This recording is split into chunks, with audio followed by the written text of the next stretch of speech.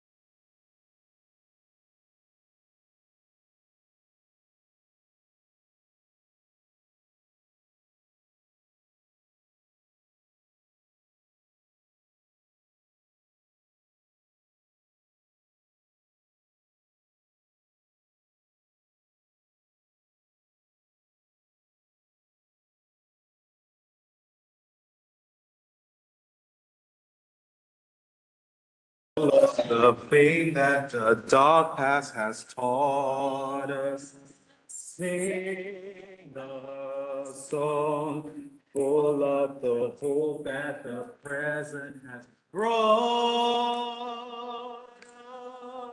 us. Facing the rising sun of a new day begun. Let us be drawn till victory is won. See that?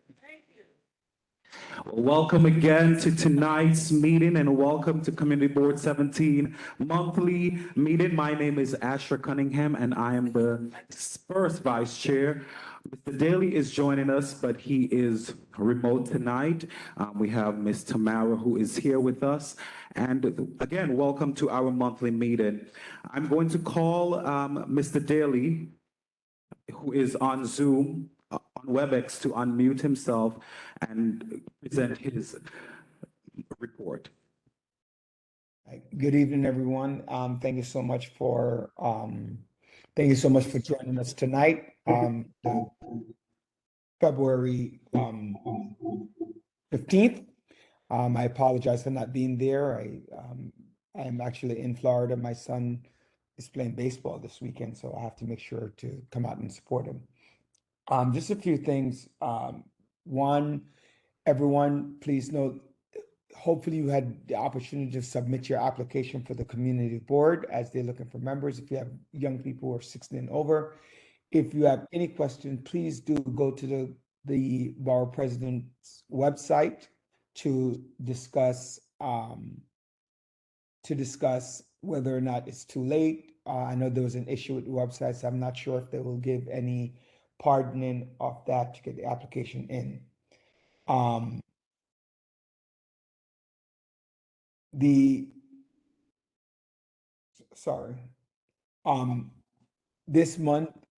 Today's meeting will be dedicated to our rezoning. Hopefully everybody had a chance to sign up in the back to make sure that you get an opportunity to testify tonight. We had a couple of meetings. I had a couple of meetings. One was with the parks and that our chair Berlat. Hopefully, well, the meeting with the park has to do with the DDC, and I'm just making sure that people learn to gear up, that if they have minority-owned businesses, they'll be presenting a forum coming March or April. Please look out for those notification. We followed up meeting with the car share. As you know, back in November, November. They came and presented that they wanted to do a car share here in New York City. And I mean, in our community board 17, we had a meeting last week to review some of those things and they will come back for one major component is to change the number of spaces from 35 to a lower number. They did not give us that number. In that meeting, we requested a certain number of things for our community and in terms of what they need to do. To not just come into the community and utilize what we have to do. I know that we are going to be working with time today. So before I do anything, is Miss Garden Murray in the audience? Can she step forward to the podium? Let her go to the lectern, please.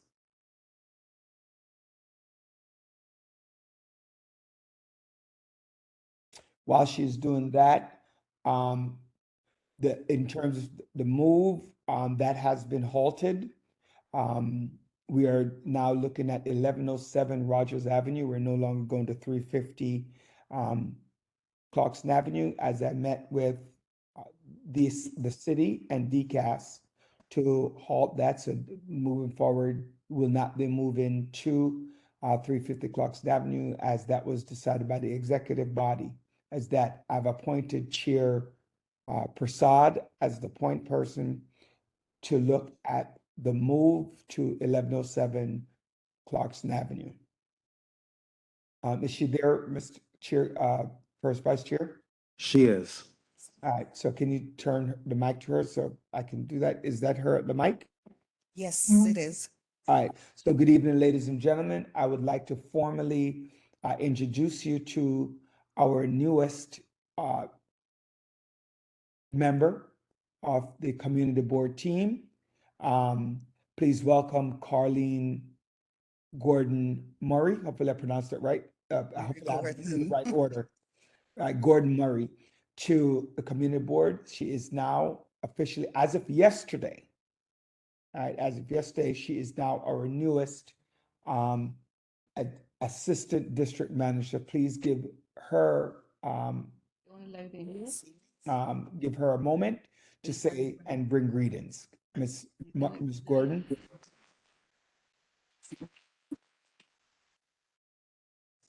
Thank you. Would you like to say something? Yes. Oh, good evening, everyone. It is good to be here. And I do plan to work along with this Community Board 17 to achieve the goals that we have laid out. It is good to be here and good to be a member of this team. Thank you. All right. Thank you so much, and looking forward to working with her and the committees that she will be working on as well. There are other components to my report. However, I am going to yield the remainder of my time back to the first vice chair. And just welcome everybody. And one more thing. I'm going to apologize. We were planning on having PS 235 do something, but I believe that Chair Grandison will talk about it. I think there's a change in when they'll be able to do their performance. So I apologize for that. But great Black History Month to everyone. Thank you. And I yield back to Chair Cunningham.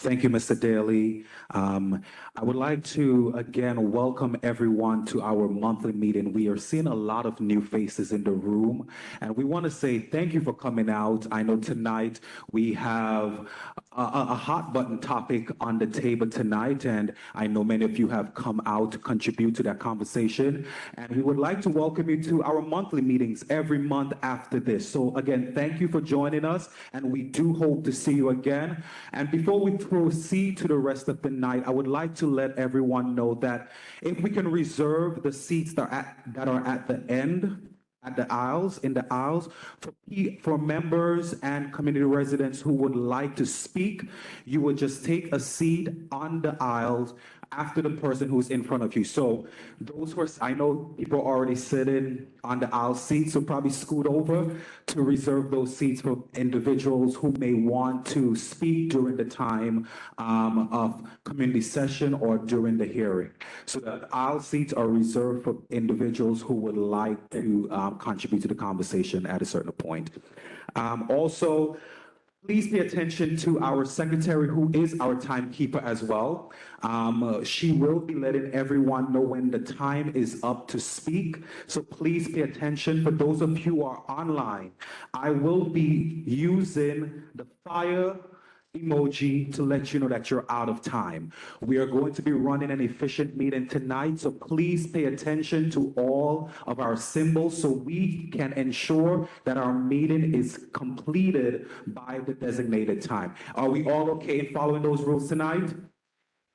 Thank you. So we're going to welcome Ms. Frazier, who is our district manager, who's going to take the podium for the district manager's report. 3 minutes, please. Hello, everyone. I am going to be very, very brief in the interest of time. Good evening again, and thank you all. My goodness, I haven't seen this much residents attending the meetings since pre-pandemic, so we certainly appreciate you. It sends a message, we're getting back to normal, okay? And thank you all so much for taking time out to be here with us to address some of the very important issues that impacts our community. The chairperson mentioned, and Ms. Carleen Garden introduced herself. She officially started yesterday. I could say now that I would no longer be working almost 62 hours a week. I have some help in the office. Thank you so much, Community Board 17. I really needed that assistance to move your agenda forward. Mr. Daly also spoke about our move. We are no longer moving to 350 Clarkson Avenue. He's now in communication with DCAS regarding a new site that they're looking at.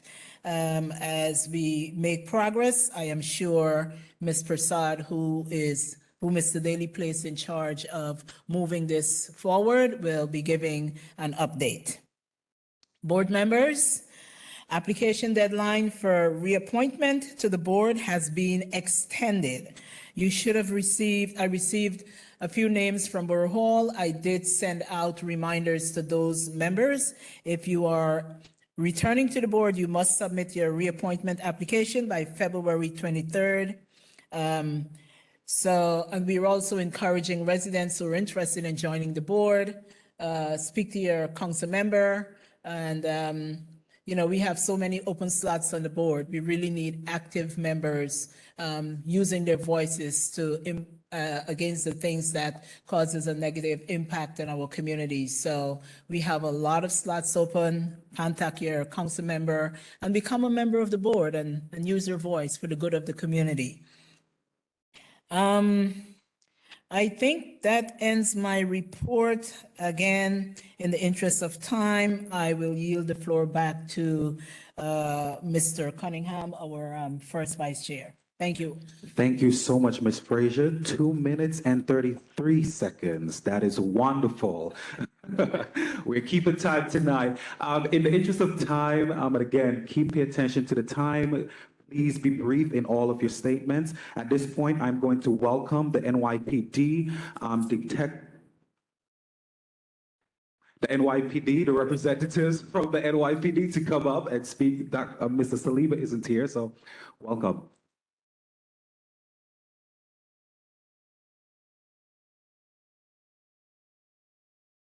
Three minutes, please. Good night, everyone. How are you doing? It's a pleasure to be here. I hope everyone's happy and well, and it's a great start to the new year. My name is Lieutenant Myrtle. I'm the Special Operations Lieutenant from the 67th Precinct. Unfortunately, tonight, Inspector Saliba and Captain Morales could not be in, but I'm filling in tonight, and it's a pleasure to be here amongst you all. I'd like to say today, within the confines of the 67th Precinct, with our crime stats, crime is down 27% for the 28-day period. That's down 43% in robberies, down 24% in assaults, down 21% in grand larcenies, and down 33% in grand larceny autos. Also,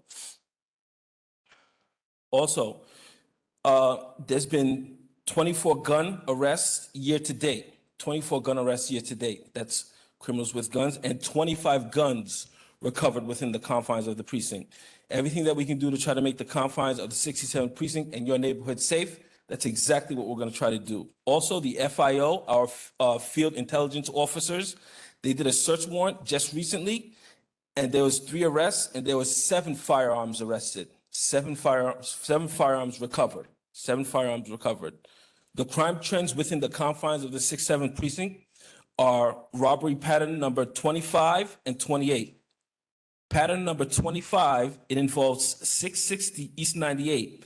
That's a knife point robberies inside of the building. And pattern number 28 is Albany and Farragut from East 37 to Forster. 2 male blacks, they're displaying knives on the street.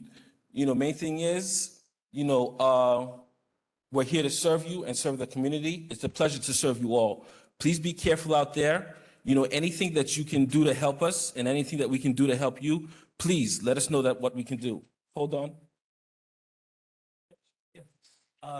Hey, how are you? Good evening, everyone. I am Sergeant Urena, the Neighborhood Coordination Sergeant for the 67th Precinct. Real quick, because time is of an essence, and I want to keep to the pattern of the night. I just want to remind everyone of the mailbox phishing thefts that we've been noticing around the 67th Precinct and the 70 Precinct as well.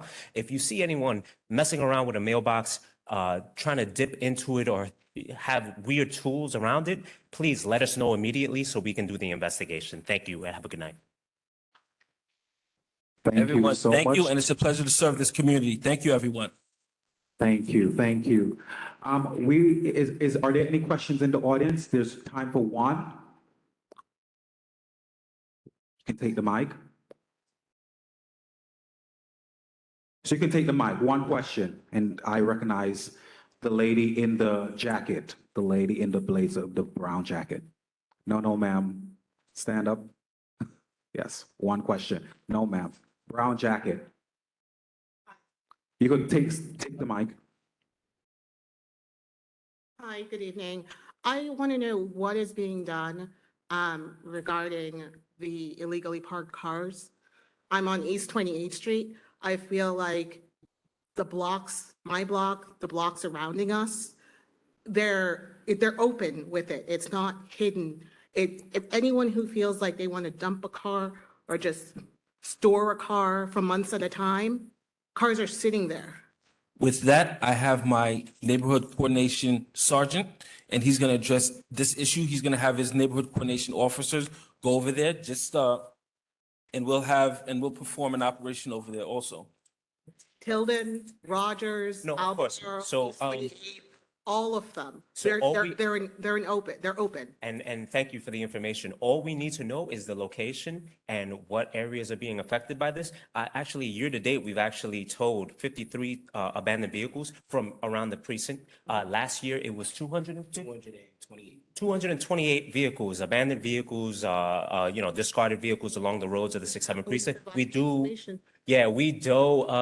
do tow operations all the time. Just reach out to the office, which I'm going to give you my contact information, and we'll get that right with you. Thank you. We'll take your information right after.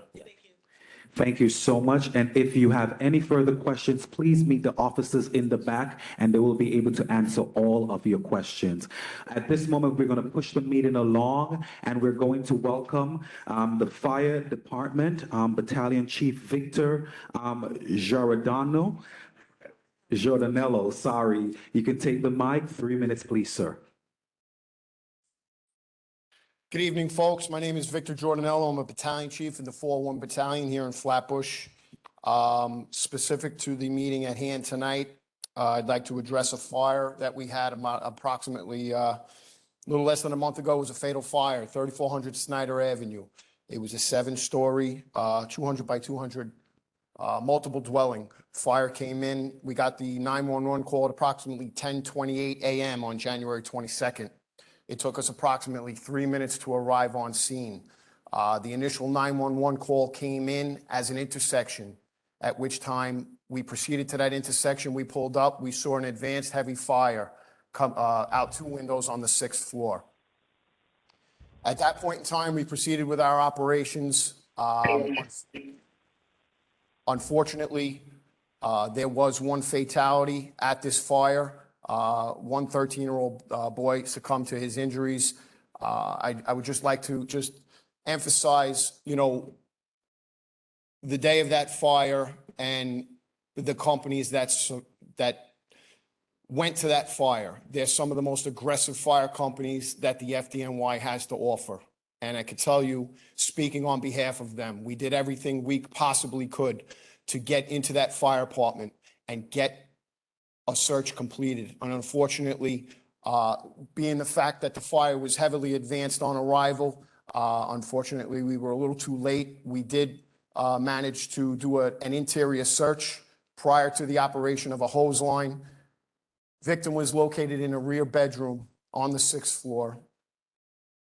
We pulled him out. We immediately had EMS units staged outside the building to hand off to them and prepare for life-saving services. And unfortunately, the victim succumbed to his injuries. With regards to the fire itself, chaotic situation, not to get into the semantics, but usually when we get a 911 call, we'll get an address associated with that call for a fire. And we have what's called a SIDS program. And in that SIDS program, when we get our ticket listing the fire, the address, it also gives us the description of the building, what sort of hazards we're going to encounter, and it gives us a snapshot of what we might arrive to before we even get there, such as how many stairwells are there? Can you cross over from one stairwell to another? How many floors? The location, the dimensions of the building, etc. 30 seconds. We stretched the line. We got it up there as fast as we could. They did an aggressive interior search. The line, eventually got in, put the fire out, but unfortunately we had a fatality at this fire, and nobody likes to see that. We don't like to see that, and just want you guys to know that we did everything we possibly could at that fire to save life in that building. If there's any questions, I'll take them now. Any questions? Any questions? Ms. Grandison, take the mic. No, right now the fire is under investigation. The fire marshals are currently investigating this fire. There were some situations at the fire scene as members were pulling up. They noticed a couple of things that were not normal. There was a lot of confusion and chaos in the lobby. I can't elaborate any further on that until they finalize the fire report. But above and beyond that, we don't know what started the fire at this point in time. Like I said, it's under investigation, but they have a couple of items that they're looking into further. All right, so I will take one more question if there is any. Are there any questions for the fire chief? Yes. Please step to the center and so the people online can hear.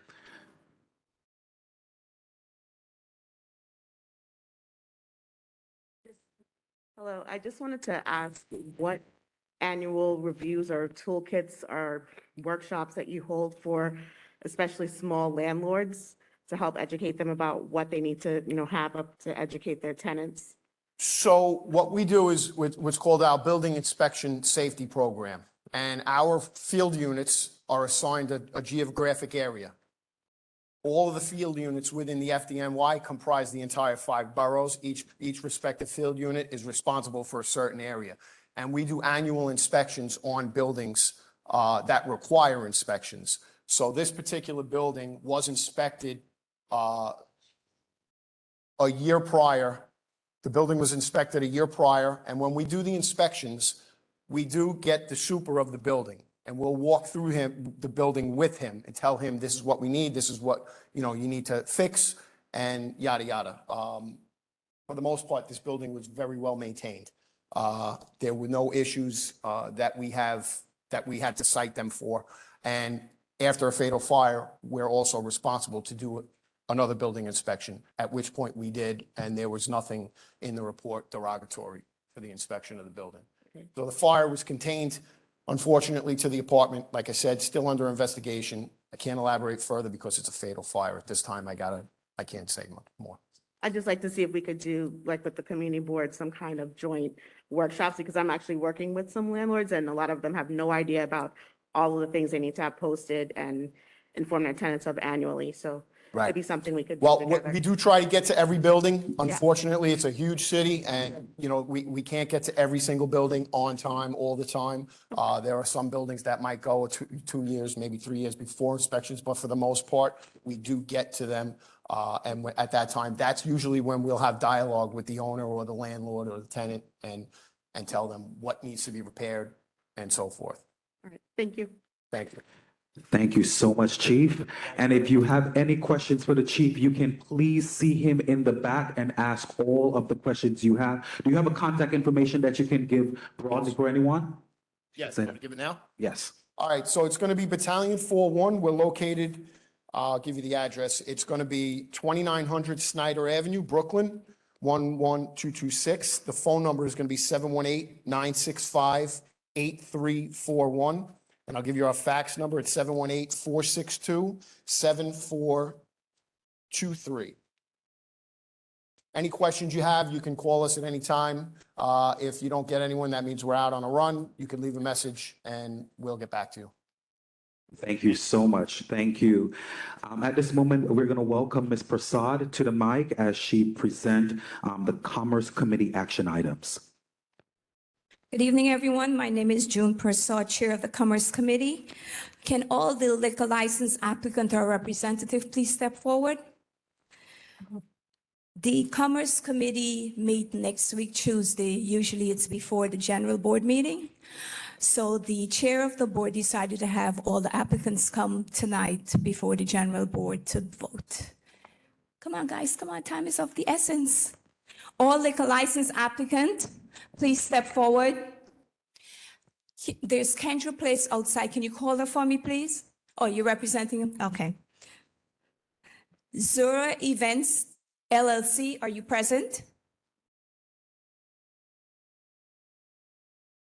Okay, not here. The Oval Sports Bar, 4201 Church Avenue. It's a full liquor license. It's a renewal. And I read the police report. 6/16/22, there was a 911 call for disorderly assault. The staff called the NYPD to remove the disorderly customer. That incident is closed. This applicant has been in business for 10 years. I will now open the floor for any questions from the audience for this applicant. Mike, can you step forward? Do we have any questions for the Oval Sports Bar?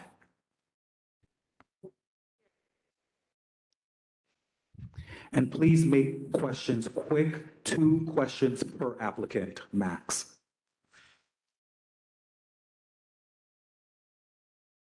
Oh, yes, I'm a committee member, Ms. Bennett, with Commerce. My question is regards to space available and fire code, any fire code violations. Do you have a fire department report?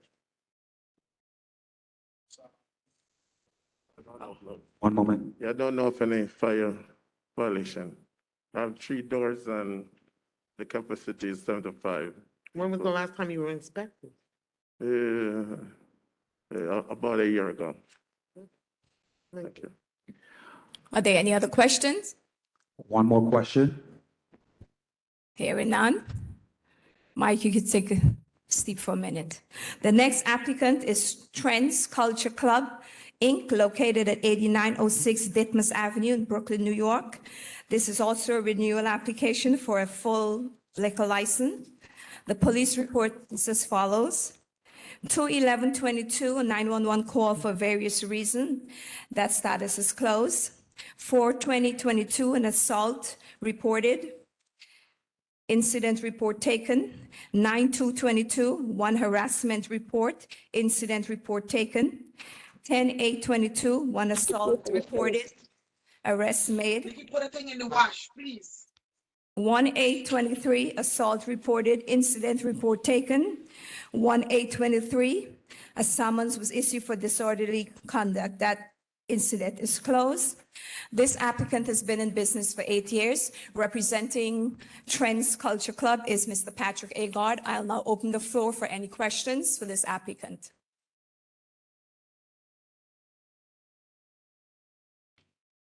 Going once? Just step up, Adele, if you have questions. Please step up. Yes, Ms. Bennett, Farmers Committee member. First question, when we had the last fire code inspection? They had their last inspections, I believe it was pre-pandemic because they were closed for the last 2 years. And they just reopened late last year. So they haven't had any updated one as yet. But the fire department sets those inspections. It's not like we can call those and make those inspections. And you said you had a few, Can you speak up? I can't can you hear me you. better now? A few police reports, you said you had a few incidences? Right. You know, he's a lounge. And all of these, they have, the police are not here right now, but they always have a squad car because they're only open on weekends. And there's always a squad car outside. They've had incidences because there's another illegal club that's close by across the street from them that gives trouble and they get them mixed up. It hasn't been them. They have security, proper security there.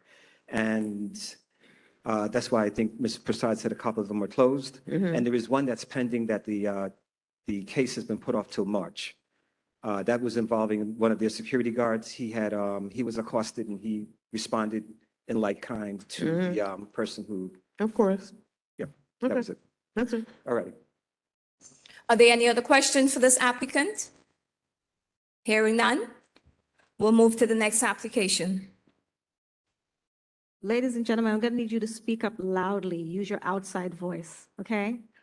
This Is is there going a to be turned into sorry. minutes, so if you can speak to the back of the room, even though you have a mic, that would be greatly appreciated.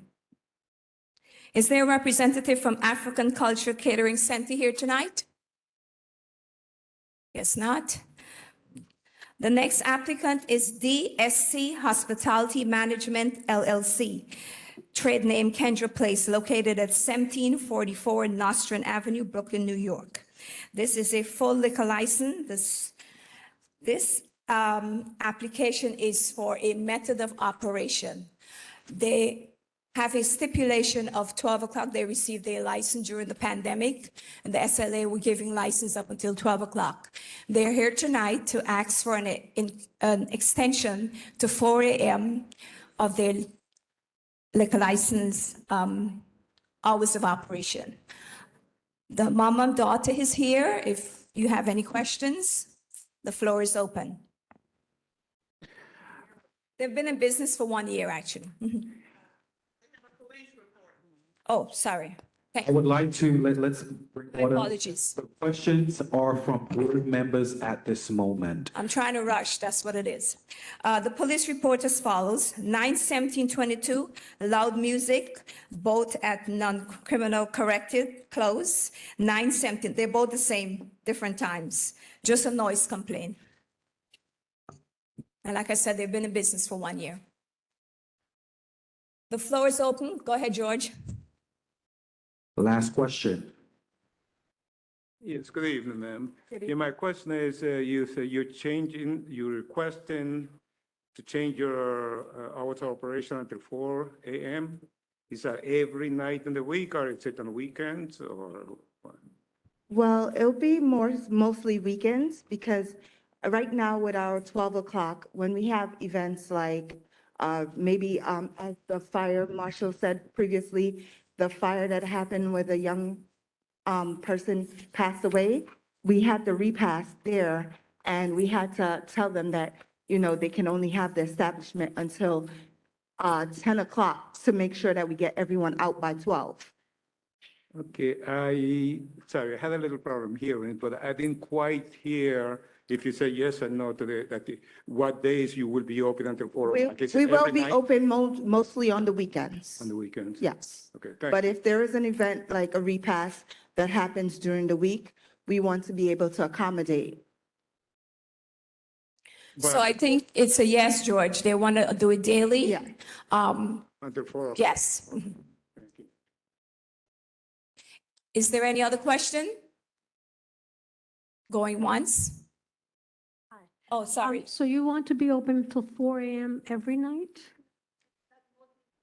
Mostly weekends. Yeah, but when you say mostly, that, Okay, on weekends, yes, but if we do have someone that would like to, like I said, have a repass, we would like to be able to accommodate them and have them, be comfortable in the space Right, and but not have to rush isn't out. 4 AM during the week a little bit much? Like you would never Yes, want to but do that maybe, to the they neighbors? might not stay until 4, but Yeah. just the window, to have that window optionable Okay.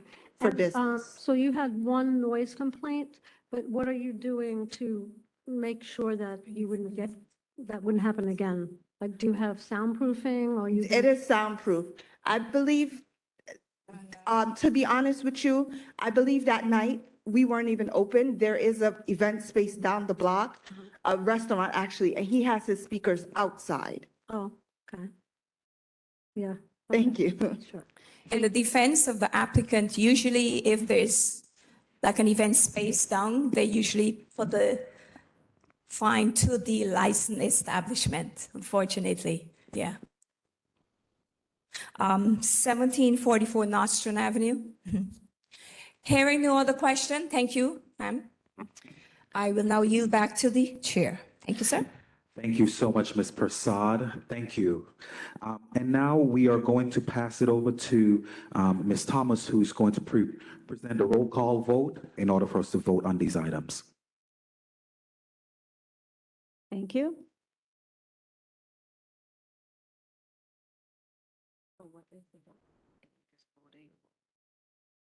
We have to roll call first, okay, because you said vote. Roll call. We're about to do a roll call. Kwame Afre. Oh, right now we're doing roll call, but I think we're voting on 3 items. Yeah. Aaron Ampao. Point of information, real fast. Are we doing roll call? Or are we doing a voting? We have to do a roll call first to know that we have quorum before we can vote on any item. So I'm not clear which one we're doing. We are doing the roll call. Okay.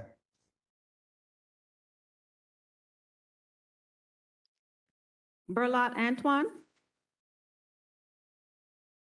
Joan Alexander Bakradine. Hassan Bakradine. Barrington Barrett. Barrington Barrett. Mary Bell Downs. Mary Bell. President. Okay, if you're not in the building, you're not present, Ms. Downs. Teresa Brereton.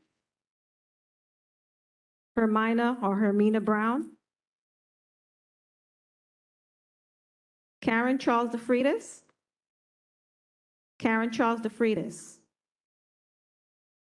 Asher Cunningham. Dyfee Cerillian. Dyfee Cerillian. Roderick Daly. Roderick Daly. Natasha Duncan. Natasha Duncan. Dr. Natalie Ferguson. Dr. Natalie Ferguson. Pearline Fields. Allison French Kenton. Dr. Charles Galbraith.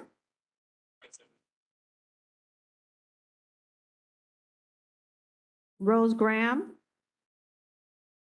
Rachel Goodfriend. Gail Grandison.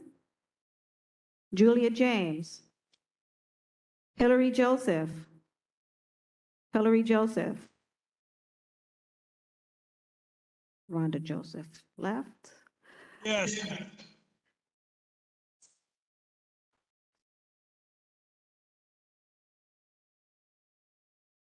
Uh, That was Hillary Joseph?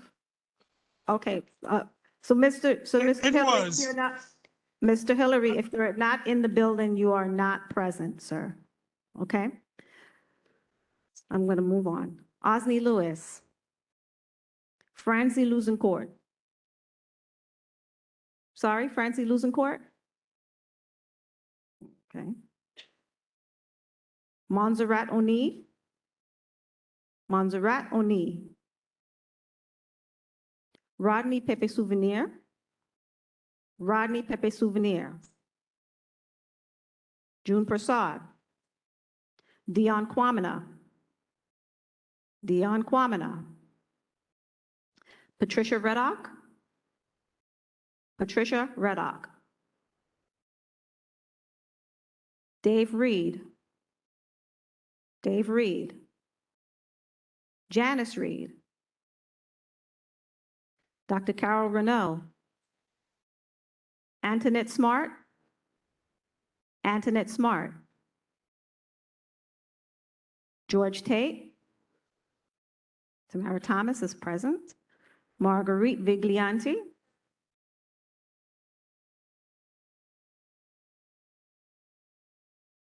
Jessica Welch. Jessica Welch. Kenrick Westcott.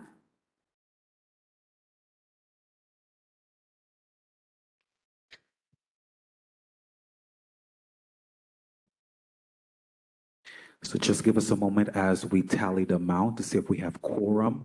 And if we have arrived at quorum, then we will move ahead and vote on the items that were presented. We also have the discretionary funding that we need to also vote on, and that email was sent out to all board members this week. So just give us a moment to see if we have quorum.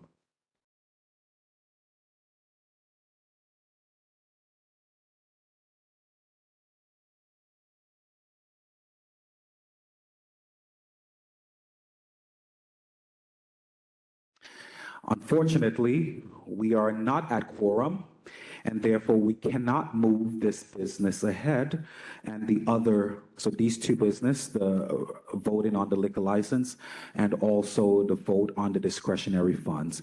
And I would like to stress again, as the first vice chair, and we've been talking about attendance and the reason why attendance is important at our board meetings. Our quorum count today had to be 22.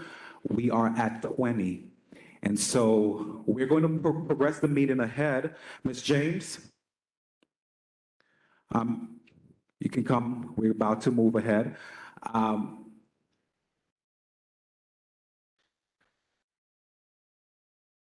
We are literally at your point, but certainly. But again, I will stress the importance of quorum and the importance of attending meeting, because we need 2 more members to show up in order for us to vote. So if you're online and you're close by, come on into the building and we can perform the vote.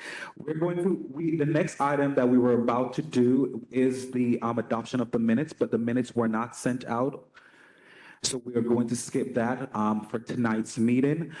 The public hearing, we are going to delay that, but we're going to push the agenda ahead, and we will come back to the voting items once we have members come into the building. So if there are any new board members who come in, please let me know.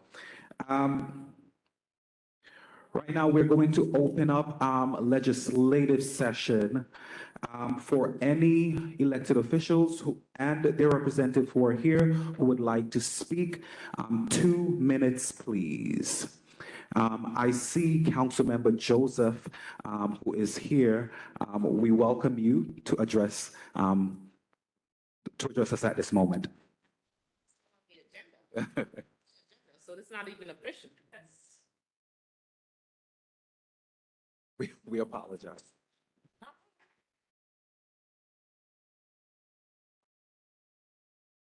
So I'm really not here. Good evening, everyone. I'm really not here. I love you more. Good evening, everyone. I'm Councilmember Joseph. You're supposed to have a good humor in this life. It's too short. So I'm here. We were supposed to be talking. I think one of my colleagues were supposed to be here. I'm not sure. Chairperson who's hosting the meeting, Councilmember Lewis was also supposed to be here. We sent you a letter. Oh, so you want me to do? Oh. Yes. A lot of people know my office is at 930 Flatbush Avenue. On Tuesdays, we have an immigration attorney that's there from 12 to 6. On Thursdays, I have a housing professional there hosted by Cuff. If you need housings, you could come in, make an appointment. Definitely make an appointment and come in. On Thursdays, we have a paralegal person. What else? We're working on quite a few things. We're working on Uma Park. We're gonna reimagine Uma Park. We're gonna build it all over.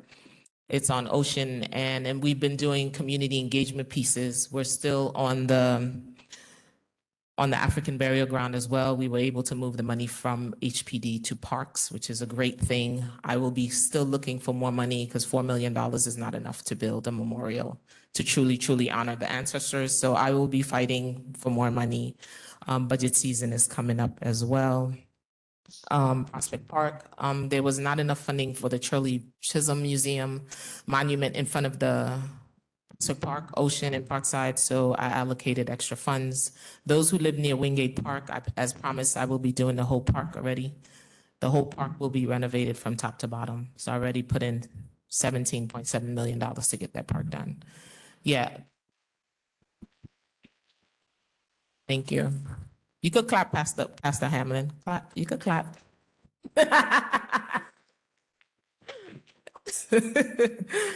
So that's what we're doing. And of course, as the chair of education, investing in schools, making sure libraries have schools have what they need. MS 246, anybody who has their children, or invested $800,000 in library, upgrade library, and a new technology lab. PS 249 will get a new lab as well. PS 139 will get an upgraded auditorium. PS 6 will get an upgraded auditorium. So I came to really invest in young people in infrastructure as well for the community. So that's what I've been doing and passing legislation. I passed my very first bill in the bathroom bill, and I've also passed a maternal package healthcare with my colleagues. We did it together. So that's what I've been doing in the council in the last 13 months. So I passed the bill about the bathroom just to do a study to see where public bathrooms could be, since we ranked the lowest in the list. So that's what I've been doing. Oh, 1 minute? Okay. So, and if you need to reach me, my number is, my office is 718-287-8762. Thank you. Thank you so much, council member. So council members, stay there. Are there any questions for the council member? And I just want to remind everyone that we're going to head into the public hearing in a bit. So the public hearing is going to be handled by the chair, Chair James, but any other community questions you can address the electeds and their representative at this moment. So if you have a question, you can rise and step to the mic. Yes. I'm good, Pastor Thornton. How are you? Yeah. Yes, you did. The last time I visited your church.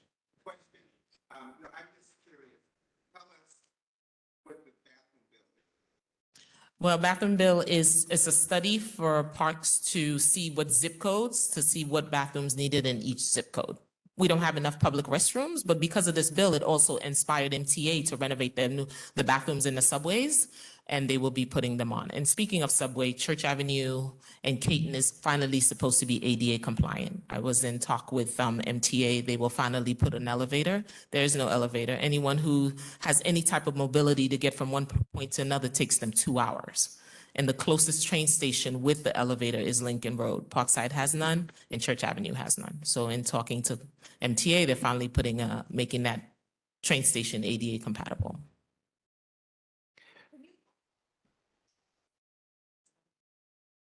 Church Avenue and Caton Avenue around St. Paul, On the B and the Q, not the number line. I represent the letters.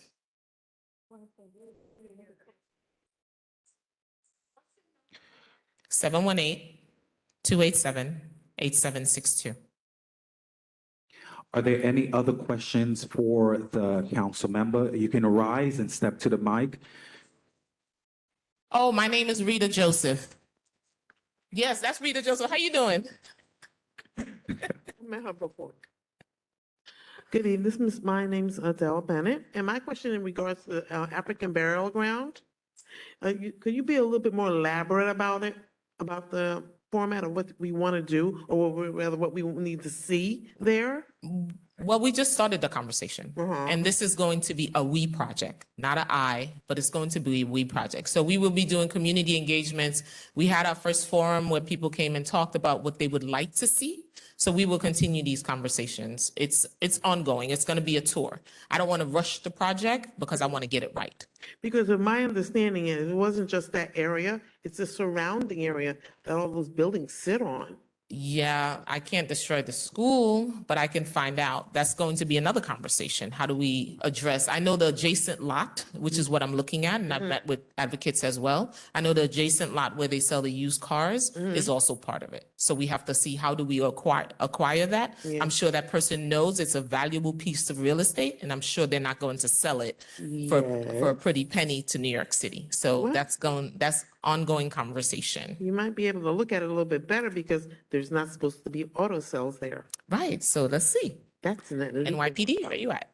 Okay, All right, so if you have any further questions for the council member, we invite you to ask her in the back. But I'll welcome one more question for the council member, and then we'll push ahead.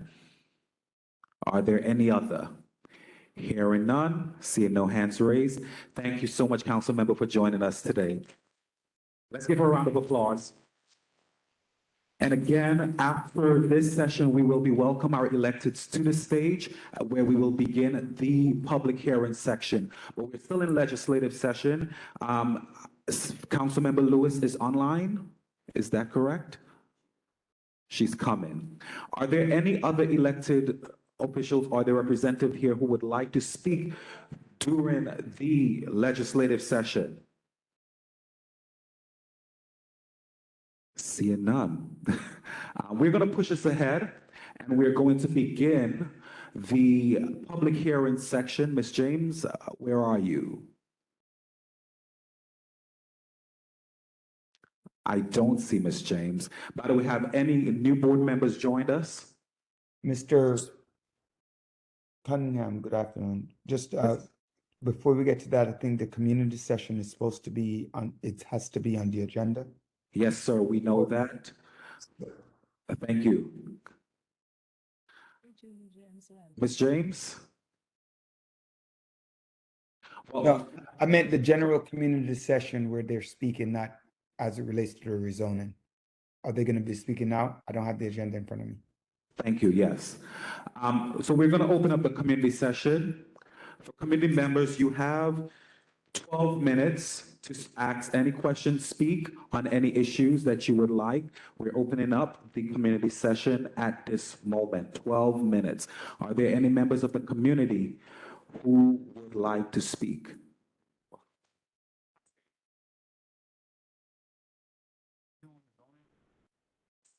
Panelists, please come and take your seats while we switch.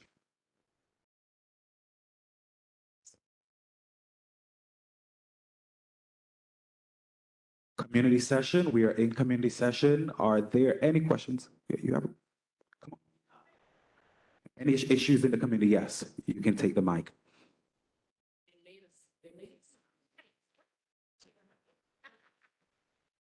We're still in community session, and then we will begin the. Go ahead. Good evening. My name is Celia Bellin. I'm a community member on Commerce Committee, Housing and Transportation. I'm waiting for my reappointment back to the board. I want to bring to the attention of the sanitation department people and the transportation. Right on the corner of Remsen and Lenox Road, there's a bodega on the corner there. And they're constantly throwing food, rice, uncooked rice, and just dumping it on the sidewalk. I have spoken to them several times, and they're telling me, oh, they're feeding the birds. I said, no, you're encouraging rodents in the community. Do not do that. If you want to feed the birds, put your rice in a container, but don't just drop it on the sidewalk. I took pictures, so I called sanitation, I called a few people, I've just been getting a runaround. Nobody seems to care.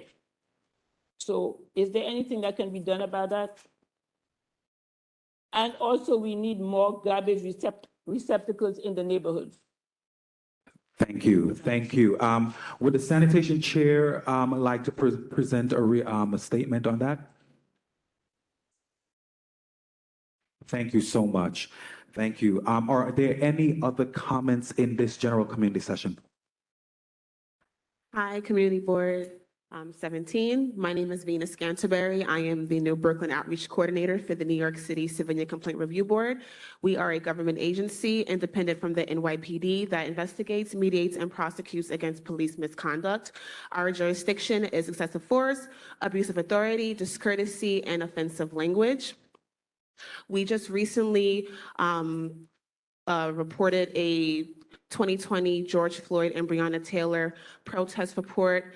I have brief statistics on it. So the CCRB received 321 complaints related to the protests that were within our jurisdiction, which is FADO.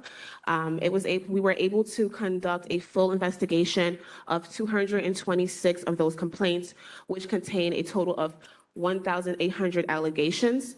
The board substantiated 269 individual allegations of misconduct against 146 members of service.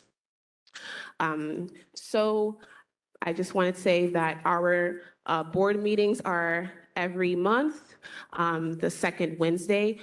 Community members are welcome to come talk about police accountability and express your concerns to the board. You can always reach out to me. I will be doing a lot more workshops, outreach presentations. So if you have any organizations that want to learn more about the CCRB and how to file a complaint, you can file a complaint on our website. You can also come to our office. We are located at 100 Church Street, Lower Manhattan, 10th floor. You can always follow our social medias. We have Facebook, Twitter, and Instagram. And lastly, you can always file a complaint at your local precinct. Do I have any questions? And thank you guys for inviting me to the community board. And I want to do more work with you guys. Thank you. Thank you, thank you. Are there any other community residents?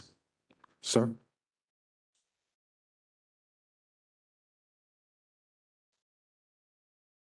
Good evening, Community Board 17. My name is Tyrone McDonald, and I'm here on behalf of Neighborhood Housing Services of Brooklyn. It's good to be in person. Good seeing you after a long respite. Just a few announcements and some events we're actually having. In light of the recent fire and a few spates of fires that's happened in the community, Neighborhood Housing Services of Brooklyn on Thursday, March the 2nd is having a fire safety event. We're going to have the Red Cross, FDNY, Ready New York, and a couple of other people there just to discuss some safety tips. Once again, that's going to be on Thursday, March the 2nd at 6 p.m. at Lenox Road Baptist Church, which is at 1356 Lenox Road, on the corner of Lenox Road and Nostrand. Sorry, I don't have any flyers prepared yet. However, I do have your email, and I would send some to you, a flyer to you. You can also check our website. It should be up next week, and our website is nhsbrooklyn.org. Also, I'd like to announce that on Tuesday, February the 21st, we are having an estate planning workshop. Estate planning is not just for the rich.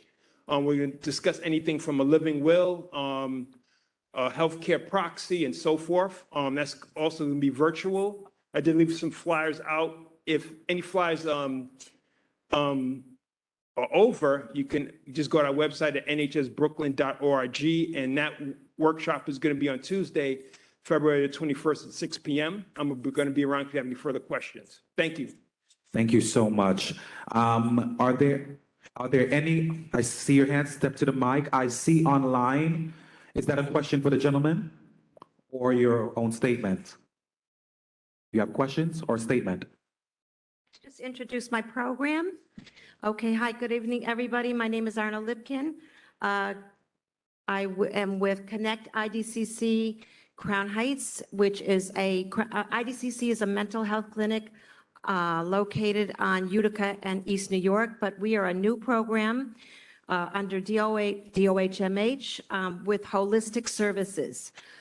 There are 9 other Connect programs, which just started a year ago. So there's 9 other programs in the city, 3 in Brooklyn. And it's a unique program based on data that we collect through surveys, which I have here, if anybody's interested. We work through community feedback. So our program in particular has therapy, of course. We also have community engagement, in which we avail the community to come and apply for benefits. In addition, we go to them. We're unique because we will go to the client if they can't get out or they'd rather meet in their home or a park.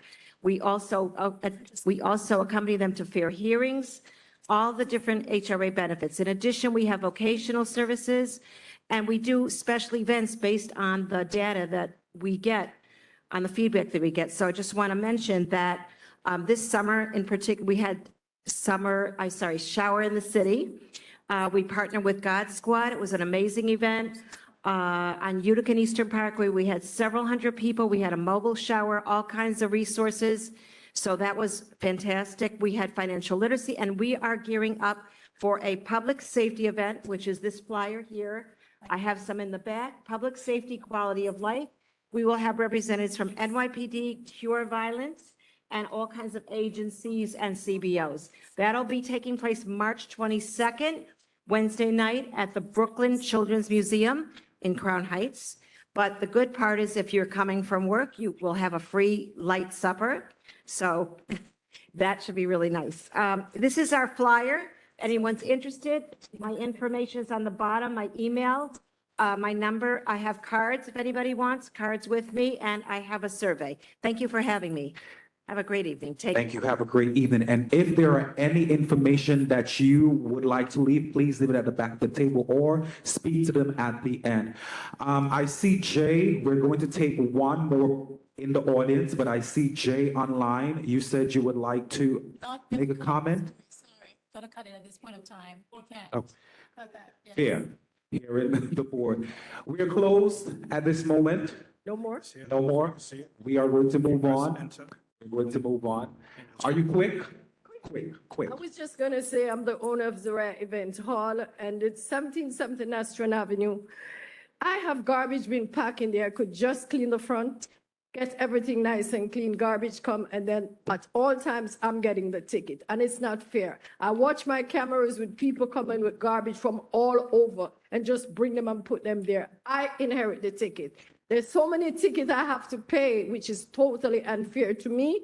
And then rodents, when they bring food and everything and they throw them there, there comes a rodent. And that's how we get so much rodent in our neighborhood, because we are not understanding that we are harboring these rodents. You would see them running from the garbage that the people would put there. And the camera is there catching everybody. I would love it to stop because I'm tired of tickets. So can you please state your address? The council member asked for your address.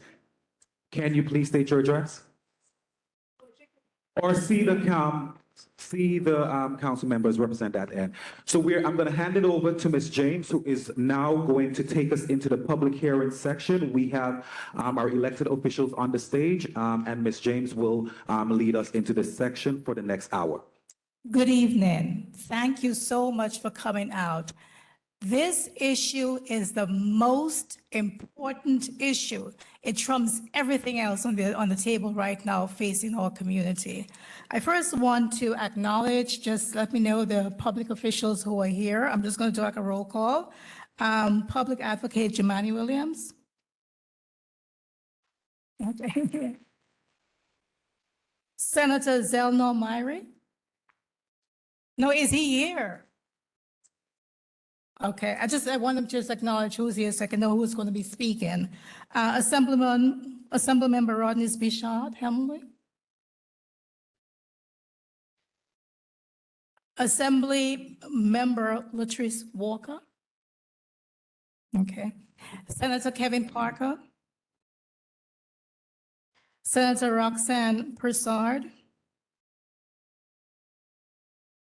We're only going to let the elected officials speak, but thank you. Assemblyman Brian Cunningham. Assemblywoman Monique Chandler Waterman. Okay. City Council Member Rita Joseph.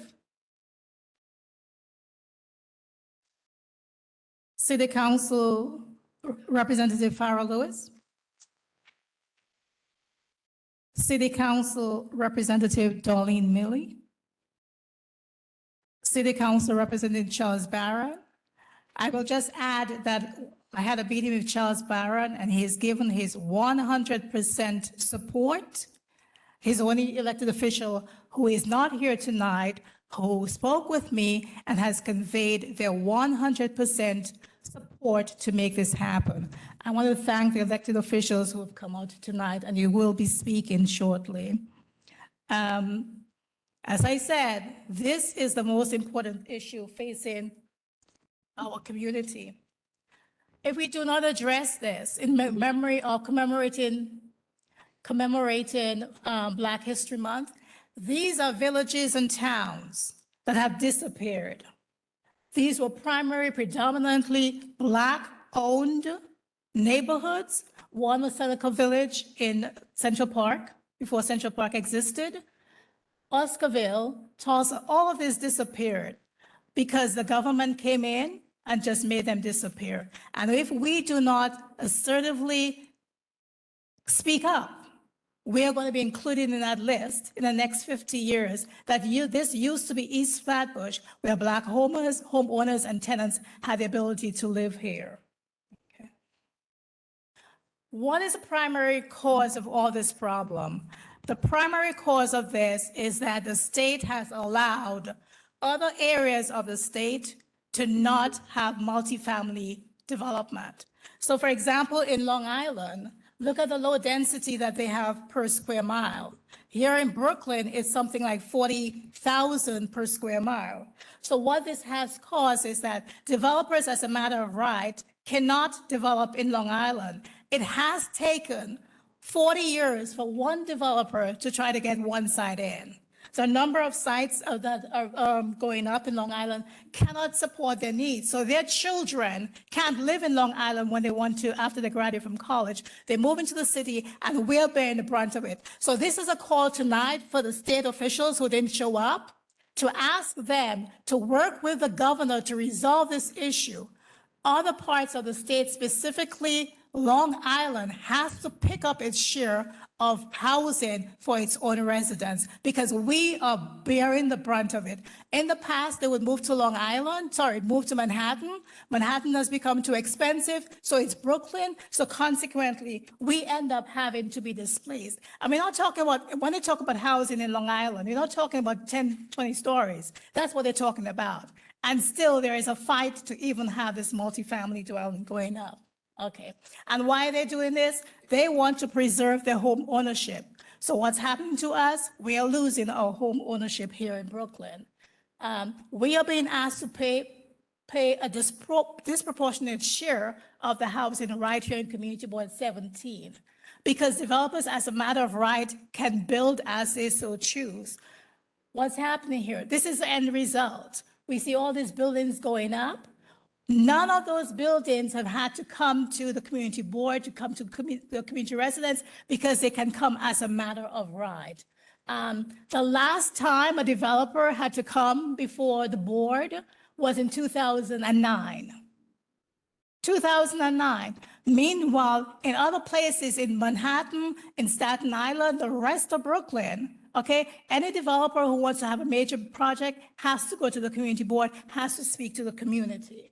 Okay, and you can see what's happening in our community where we're spiking All the developments go on because of the fact that we are exposed. If you look at this, this is not an exercise in understanding zoning, so don't panic. The first time I heard about zoning, I didn't grasp it myself, so this is not to make you grasp it. But the major problem is what's called R6 and R7. This is our district here. We have the biggest R6 in the entire Brooklyn.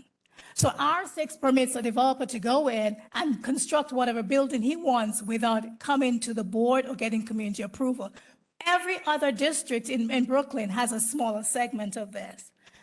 So what is the best resolution? Contextual zoning. Contextual zoning avoids things like this. And let me just say so, contextual zoning does not stop the development of housing, okay?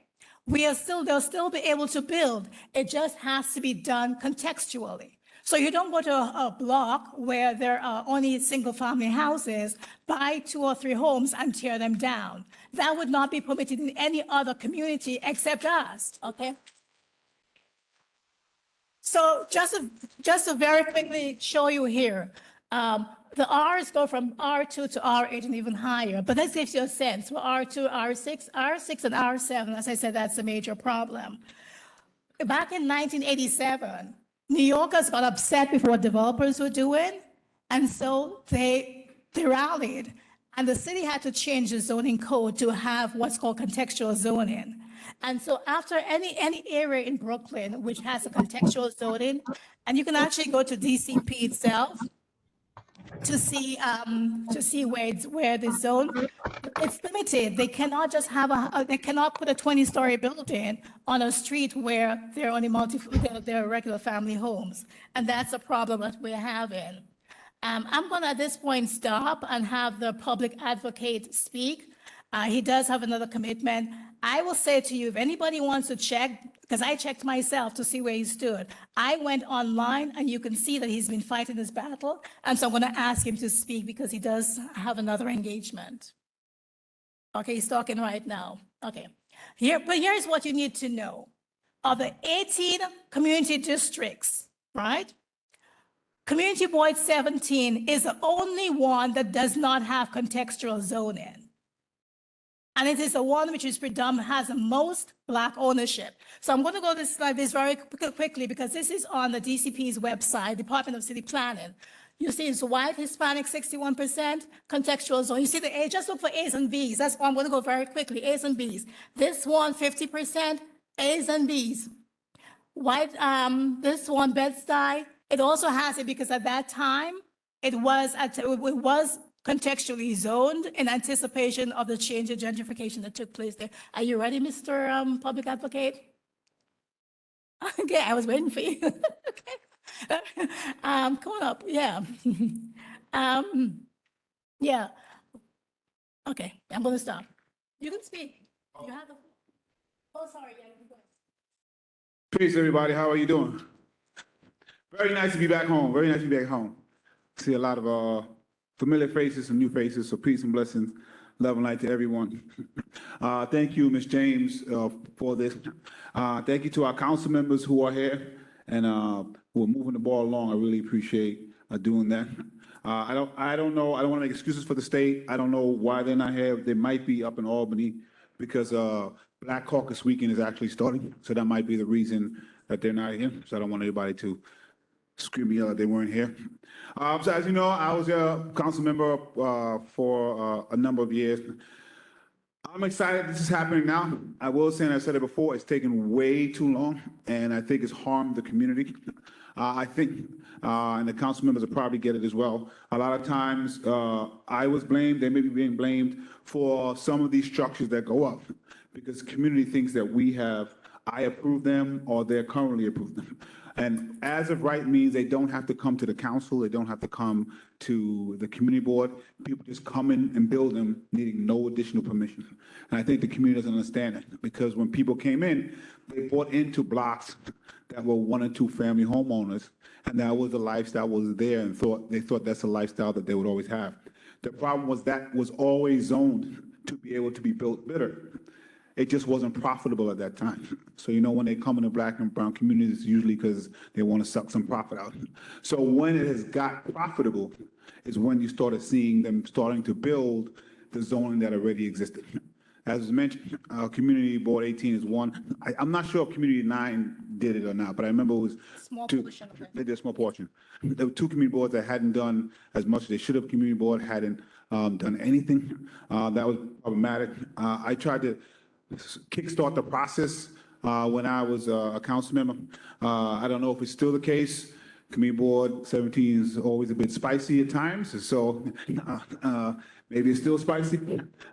So there was a spiciness in trying to move this forward, and I don't know if people understood the gravity of them. But every year that we wait, more and more of those buildings go up, more and more of those buildings go up. So this is interesting because, and I'll do this real quick because I did this at the last meeting I went to, but we actually need housing. And so I just take this exercise with me, even if you heard me ask these three questions before. How many people believe that homelessness and housing is one of the biggest issues, and not the biggest issue we have in the city right now? How many people think the way to address that is to get additional housing that people can afford at their income levels? Raise your hand. And how many people want a taller building next to them?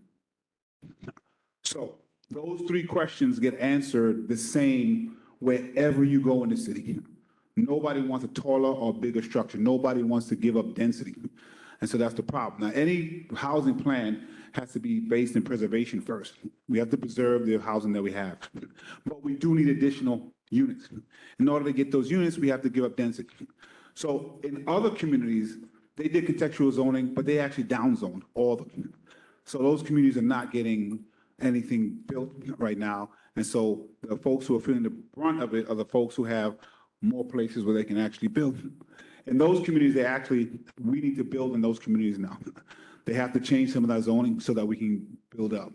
The fact of the matter is, if our city looked the way it did 100 years ago, we wouldn't be the city. We were the city because we learned how to build up in the subway. And if we look the same way we do in 100 years, we would have failed those folks. At the same time, we don't want to change a community overnight. You don't want to start here and end up all the way up there with towers. But you do need to give up some density. So what we had said, even when I was a councilman, is let's have a zoning process where a community like Community Board 17 can preserve those 1 and 2 family units and blocks so they no longer get in those monstrosities, and find a way to give up some density in other areas where the community itself wouldn't mind. Not to go up to towers, but we can give up maybe a couple of extra layers. But in exchange for that, it has to be truly affordable and income targeted so that the communities that live here now can stay here, and that their children and their children's children can stay here as well. And so that's what the process has been about. I just started to relook at the plan that was put forth. I know the council members have been looking for it. And the framework that's there, I think is really good. And I think we should begin to move forward on it. We should, even if it needs tweaks, we could move forward and tweak it as we go. And you don't have to finalize it if it's not where it needs to go. But the longer you wait to start, the longer you finish. And in between that time, more and more of those buildings are going to start to go up. The other thing is, I think and I was speaking to the council, MIH 1 is what's there now. I don't think that's enough affordability. So I think as we move forward, we have to get even more affordability than what's there now. Because MIH 1, that's a longer conversation, but I voted against mandatory inclusion in housing because it didn't provide enough affordability. The best affordability option is what's there now, option 1, but the best is not good enough, and people have recognized that it's not, and so we're starting to ask for more. But in general, I think the framework is good, and I'm hoping the community board and everyone can start moving forward on this, because we do need communities to give up density in order to get what we need, but we don't want communities to lose wealth. The black and brown communities that always lose wealth. And so the ask is, let's preserve those tree-lined 1 and 2 family blocks in exchange for certain corridors that may be able to give up some additional density, although not like we saw at 123 Linden. If you've been to 123 Linden, that was like crazy. That's unacceptable. And so I'm hoping that we can have, and that's, again, some of those things, they don't even need permission. So let's change it so that they have to come to us more often to get permission. But some places they can get a little bit more. So that's where we are. And by the way, the suburbs, We're paying for many of their infrastructure. They don't have enough units to pay for the infrastructure. So there's a price for the type of lifestyle they're living. We are paying that price right now. So I want just folks to know that. Thank you. Thank you. I will take 2 questions for the public advocate. Just 2? Hello.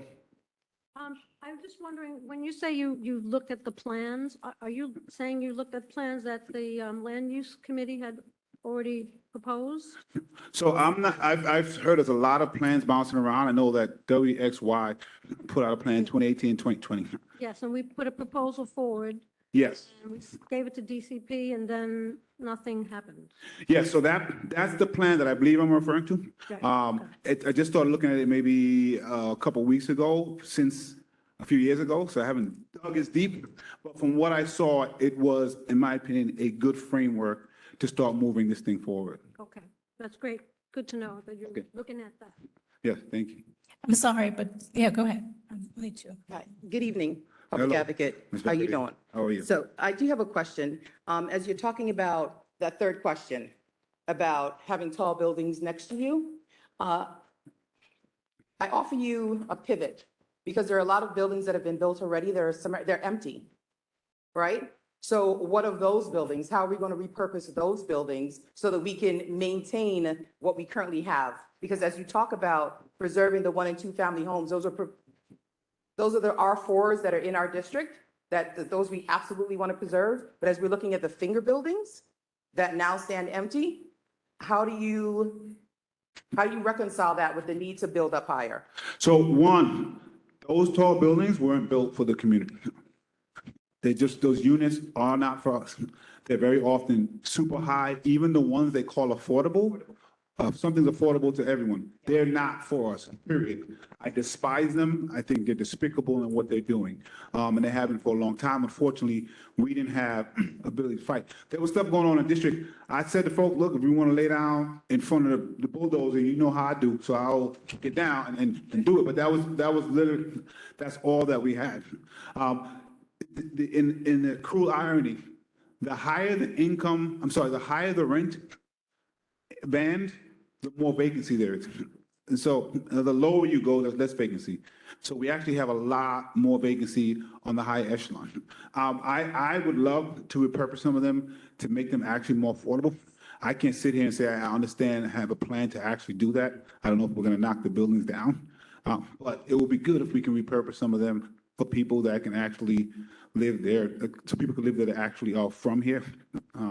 By the way, I do like mixed use units. I always think you need extremely low income.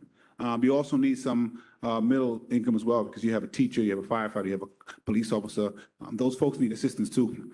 I just know if they need assistance, I assure you that people making $30,000, $40,000, $50,000 need assistance as well. And the people who need the most assistance are getting the least housing and have been for many, many years.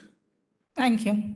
Go ahead. Okay, so I live on New York Avenue, and you could take New York Avenue straight up through Linden Boulevard, and you see all these new houses going up, and they're only like 6 floors, so it's not tall, but they build them and they're empty. So there may be 5 or 6 units that they built, and they're not occupied. So they just build and build and build and build because they, like you said, have a right or nobody to stop them from building, but they're empty. So what happens that you have these empty buildings, and it's been at least, I would say, 6 months that they've been empty. You may have 1 or 2 tenants out of 6 floors. That's not a lot. So I would love to, I don't know the exact projects. There are a lot of them across our community and in other places that do remain empty. Again, the price point is usually not a price point that the community could afford. And then some of them turn into Airbnbs, which is causing another problem. So I'm in agreement that it is a problem. The best way to do that is to change how this community is zoned so that they cannot come and just build those without having a more conversation. One, of how dense it's going to be, and two, what is actually affordable.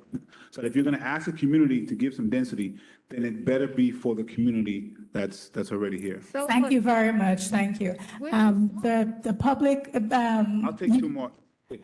Oh, go ahead. To be fair, the lady here had a question first. This is the last question. You will have the opportunity to ask the city council persons questions as yet. It was just that the public advocate said he had to leave at 8:15, so I allowed him some time. Okay, so but go ahead. Good evening. Hello. How are you, Jumani? Okay. Anyway, my question is that we all should be familiar with the Nehemiah houses that was built back in East New York. And those are built to maintain and to give the people of lower income an opportunity to own houses. Isn't there some way we could use that model again today, where maybe it's not 2, 3 family homes, so they could actually have homes here? Because it pains me, it's a bad experience, that these young couples who are making good salaries cannot afford to live. I had that happen on my block, where my block is $1 million block for any home, okay? So what can we do to make sure we keep those people? Because one thing COVID showed us, those who owned are the ones who stayed. So I think that's a great point, and homeownership is often left out in the housing conversation. There might be a way as we're moving forward. Usually in our area, co-op condo is the best opportunity for homeownership.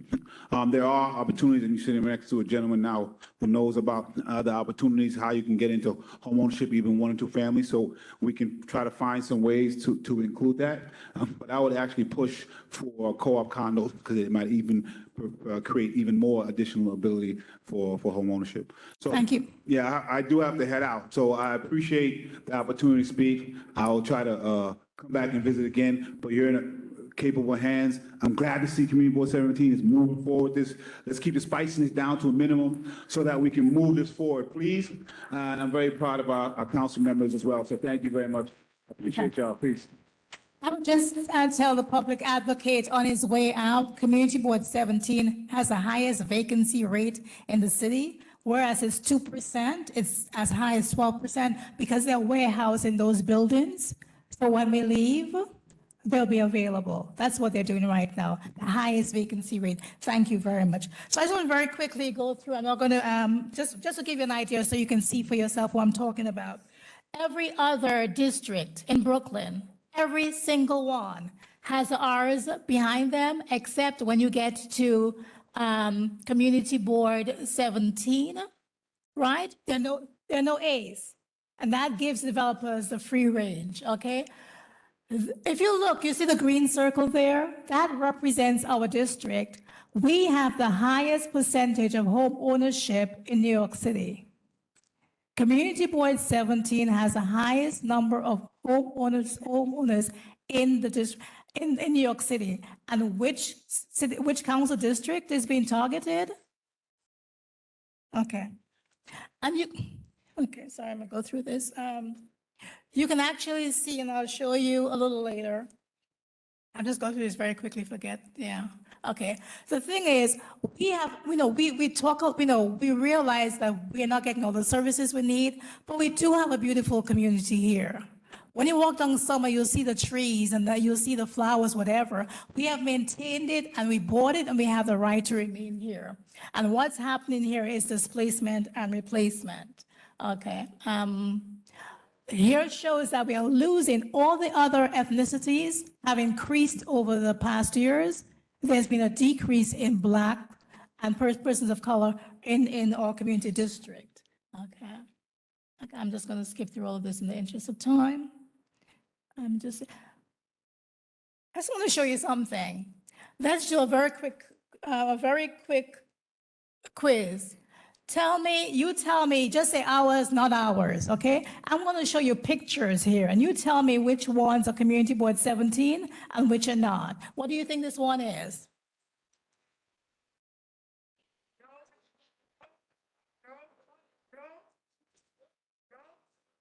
Oh, you see that one, sorry. Okay.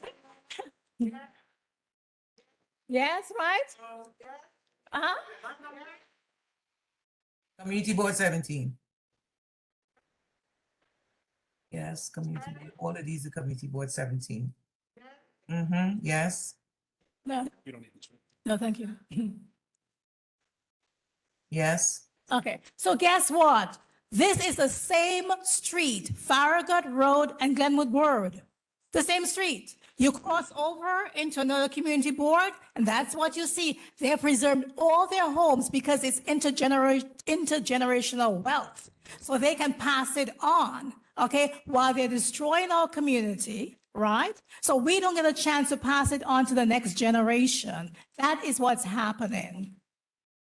Okay, and you see, if you look at the dark circle right here, it shows the loss in home ownership. You see the darker orange area? That shows the loss of home ownership in our community. We are losing homes, and every home that is lost means that it's a lost opportunity to transfer wealth to the next generation. And tenants are affected as well, because homeowners are primary source of low affordable rentals. Okay, okay. The last slide was to show you one developer was selling his right to build for $5 million. At this point of time, I'm going to ask the first city council person who signed it, Council Member Rita Joseph, to address us. Can you repeat that, please? The housing? Say that again, I did not hear you. Yes. Oh, okay. Good evening, everyone, again. This was a conversation I had with Chair James about that. And this is a conversation, ongoing conversation with the neighbors once I became a council member. Council member, the district is changing. What do we have? Do we have any power? We do have power. If we allow this density, we can stop the construction. There's been so many construction, and we talk all the time about that. They squeeze these weird looking buildings right in between these homes. But if we have a voice, for the record, the council members don't give away the district because as of right, they come in and build. They don't engage us. They don't have to talk to us. They just go down, get a permit and build up. But if we do this, they will have to come and talk to us. We have to be part of the conversation. So I want you to know that. And these are as of right, and they don't have to put aside any units of affordability for you. But if you work with the city, we have HPD, MIH, we have a certain number set aside. And of course, as public advocate said, mixed units for low income, middle income, high income. But these buildings are all high income. I looked at the rents, they're $4,000, $5,000 a month. That leaves out our community. So this is why this is so important tonight, that we're part of the conversation. And yes, we're also helping to help with the housing crisis. We do have a housing crisis. You can't find an apartment anywhere. And when you do find them, you can't afford them. And I've gone on interviews in apartments of $5,000, and these are one bedrooms. And nowadays, they're not building them for families. They're building them where you have to put a twin size bed, where you used to put a queen size bed. I've gone on tours to visit the new buildings in the site in the district just to see what they're offering the community. There's nothing for us. But there can be something for us if we become at the table. We have to be at the table to be part of those decision making. So if we're not at the table, they're going to leave us behind, and that's exactly what the plan is. The plan has been that for years. I've watching things go up, and none of my community members can go in. And I've seen that. And I've said that so many times. As a former educator for 22 years, I saw where majority of my students were entering the shelter system because their families could not afford. And that number has doubled in the last 10 years, from 60,000 students in the shelter to 114,000.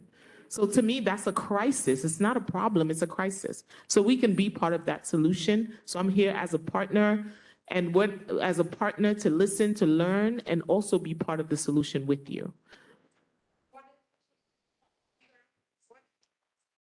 We have to rezone. We haven't done it since 1961.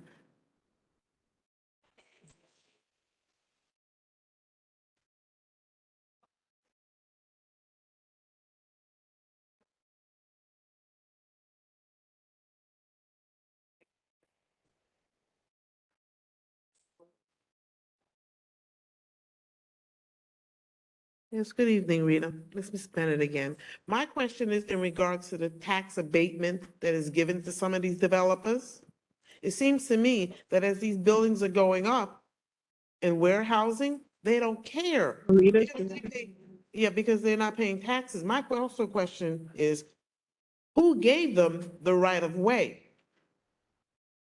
I think that was in the last census, in the last 10 years, we allowed R6 to build. So they came in, everybody came in a rush in the last 10 years. So this is an opportunity to fix this. Okay. Mhm. Let me But just as jump. the taxes, the question, well, either one, with the taxes? Oh, the taxes. The 421A is from the state. That's a state incentive, and right now it's not there. I think the governor's It's working on a currently new one. paused. It's currently on hold. Yeah, I thought she extended it. No, it expired. 421A has been expired, and the governor was supposed to come up with something called 485A or something to that Well, we need effect. to put a stop to it because as these buildings go up and they're getting a tax abatement, the houses next to them are paying and bearing that brunt of that taxes. And that's why it's no longer there, because they're reworking it. And it's a state issue, not city. Just so we know, we are allowing one question, follow-up questions you ask after everyone has spoken. So when you step to the mic, please ask one question. The conversation back and forth is not allowed in this session. One question. Hi, I understand the need for changing to zoning, and I'm wholly in approval of that. My question is, while they're warehousing these buildings, what are the chances that the state or the city, because of the housing crisis, will turn these empty buildings into shelters? I understand there's a housing crisis, but I purchased my home to build generational wealth. And my biggest fear for this community, with all of these buildings going up that most people can't afford, and they're too small for anybody that's got anything other than a single person or maybe a couple to live in, is that I'm going to be surrounded by shelters in the next 3 years. That's my biggest fear. And while I am sympathetic to the unhoused, I'm also really sympathetic to my pocketbook. As one of the people who are, yes, maybe I'm not making $30,000 a year. Yes, I can afford a home, but I didn't afford it. I didn't buy it so that the value would go down. So thank you for your question. We've been very vocal with the mayor about the current condition of migrants coming into our communities. Obviously, in every district and every member you speak to, we've been completely against them creating shelters in our communities, particularly in areas that have a large portion of homeowners. I've sent out statements, press releases. We've had protests when they've tried to open shelters in our district, including halfway houses. The halfway house, we got shut down because obviously it's not appropriate for our community. But with the shelter system, it is impossible for us to control it as council members, because if there is a private landlord that decides to go into business with the city or the state to create a shelter, they can do it because it's a private acquisition. We can be vocal and be against it. What we need the support with is for you guys to join forces with us to push back on it. We were able, I would say, in the CB 18 area, when there was a halfway house that opened up at the Holiday Inn in my district along Kings Highway, we were able to get it shut down. The case is completely different now when it comes to migrant shelters, especially if it's a hotel, because it's a private space. I know that right now they're opening HERCs around the city. Thank God we don't have any in the CB 17 area, and I don't believe it's gonna come around because we don't have the space and the capacity for that. But we agree with you. The city, the state should not be utilizing spaces in residential areas to create shelters, and we're gonna continue to push back against it. Thank you. This gentleman is next, but before you just want to say one thing here. CB 17 has been trying since 2005 to rezone. We were the first or second community district to start it, right? We've helped Community Board 15 rezone, and 18 years later, we are still struggling. The question needs to be why. It is true that between well, forget this, but I'm just simply saying it's been a very long struggle, and this has to come to a very quick end. Gentlemen, please. Thank you. I'd like to thank both of you council persons for all of the diligent work that you do. Let me speak and move expeditiously. I think this is the question that's on the table, and that is something has to be done as it relates to the escalation of these high-rise buildings that are going up.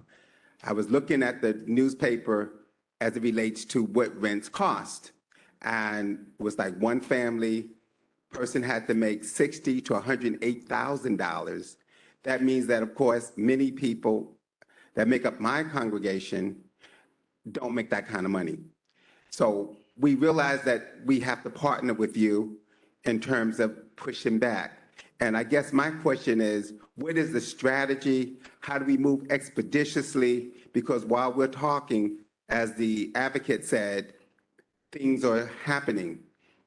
And I wake up every day to a new structure, like Linden Boulevard. I can't even see the congregational nursing home because of all of the large buildings that have gone up that we cannot afford. So the question really is, how do we develop strategy to work with you so that we can begin to put some kind of slowdown to what is happening so expeditiously?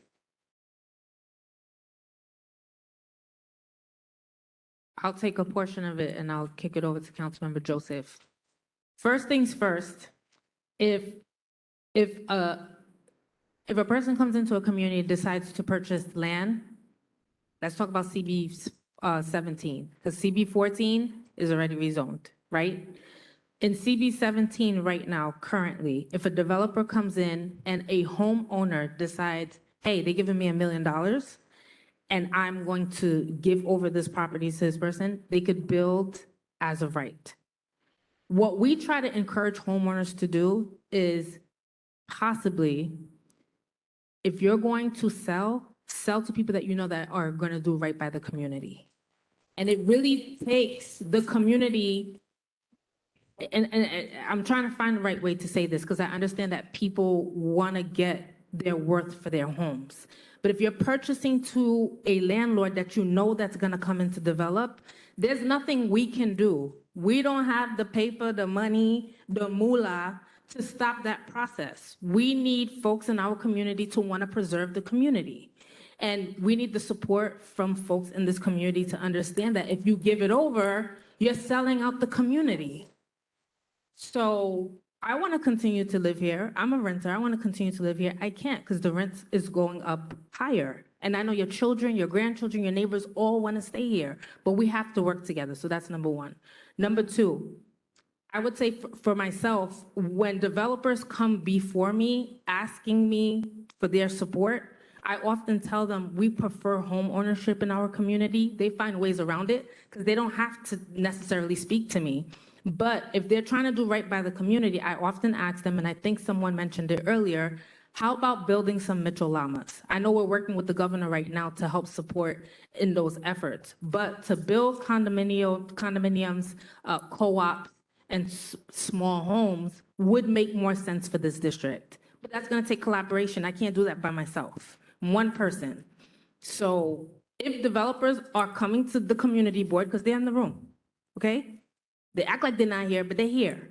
We have to have a conversation with one another about what this looks like and not allow them to come into our community and do whatever they want. Right now, CCC, Christian Cultural Center, has something called the Urban Village, and it encompasses Mitchell Llamas, co-ops, condos, and it's gonna be mixed use. So we need more of that in this community, but it takes us to all work together. I agree with you, we shouldn't have high rises here. I actually have a letter here, I'm gonna be stepping out soon, but I was just telling the executive board that myself and Councilmember Joseph wrote a letter to the director of the Department of City Planning to let him know that he needs to come down and have a conversation with Community Board 17. And we do support WXY's recommendation in order to prevent out of context development, because it's not right for Community Board 17. So we're hoping that the community board can share this letter with everyone so you can see it, and that we can get the director to come down here and work with us so that you can get exactly what you need for this district. I'm gonna kick it over to you. Thank you, Councilmember Lewis. Yes, and I second that. We wrote the letter in collaboration to make sure when they come, we're part of the conversation. Normally, people want to have conversations for us, not with us. We want to change that. We want to make sure this partnership here, we want to change that, make sure that we're at the table and no one is being displaced, that you can go age here, your children can stay here. None of our children can stay here because everybody's selling off. As Councilmember Lewis mentioned, no one, when they do sell, they want to build up. They don't have to talk to me. So they're like, oh, let me hurry up and build it up. But if we change that, and that's why we're here tonight to have this conversation, and it's a serious conversation on how we preserve our community, how do we preserve intergenerational wealth? And we want to make sure we keep that. And the person about the shelters, we agree. We had a meeting with the mayor. We told him that. Certain communities have no shelters, while some of our council communities are oversaturated with shelters. There are certain districts in this city has 0. And when they have finally getting one, they protest it down and then they come and give it to me. So that's a conversation we have. If we want to really help build it equitably, don't saturate one community more than the other. And a great partner, again, and NHS is here for home ownership too. They do a great job. Thank you, Mr. McDonald. Thank you. Mr. Lu?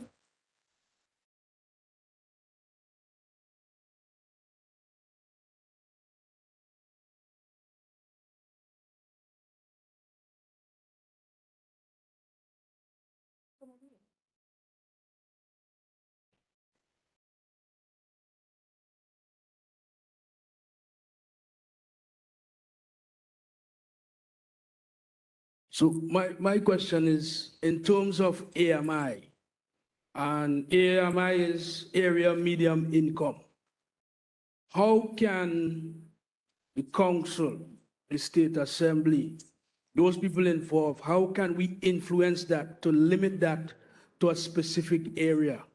Maybe 1 mile to 3 mile radius instead of what it is currently.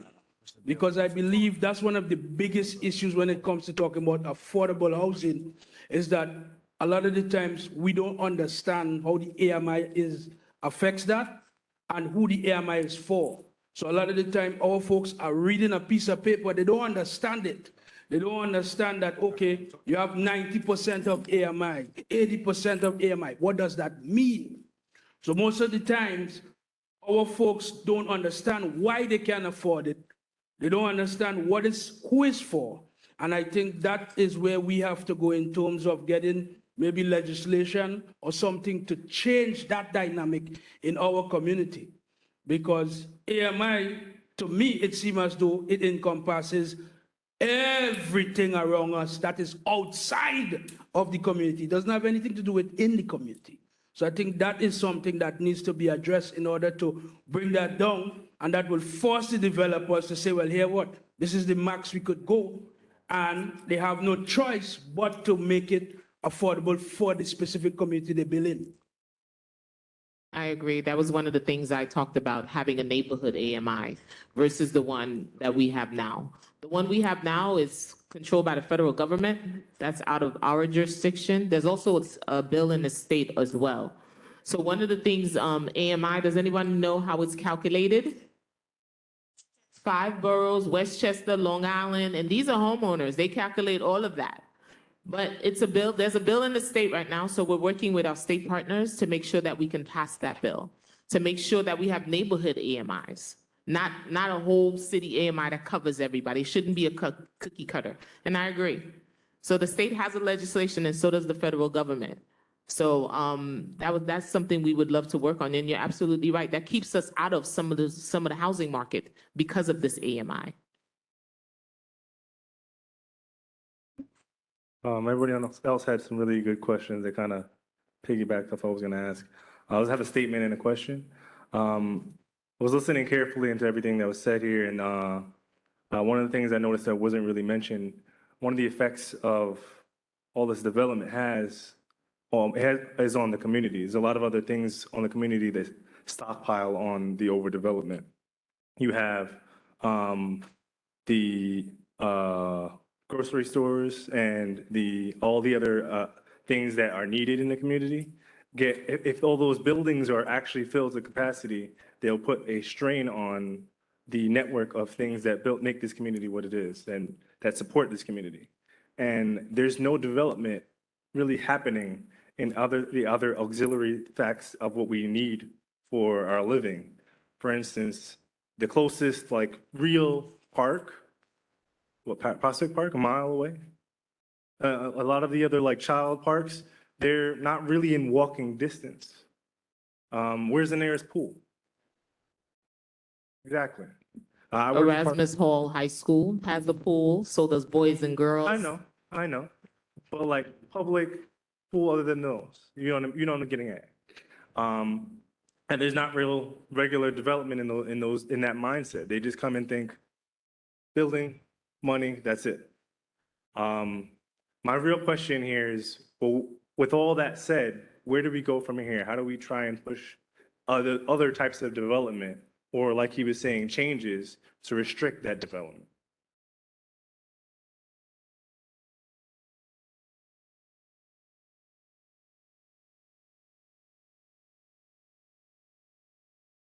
Thank you. You're welcome.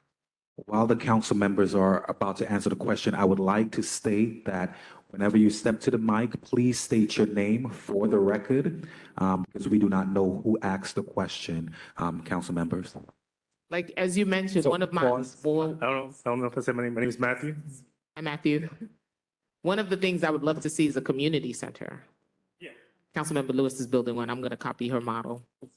But I would love to see that, especially for young people. I stated before, I was an educator a year ago. I was still teaching before I became a council member. So that I would love to see some investments in the community and infrastructure. We're putting some money in Prospect Park, you're right. So that's why I decided to put money in green spaces. Ulmer Park is being done over. Wingate is going to be done over. So those are game changers for our communities as well. We saw what green space meant to us during COVID.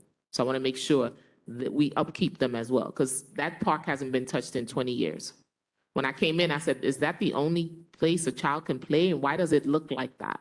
Let's change that. So in partnership with the board president, we're going to do that.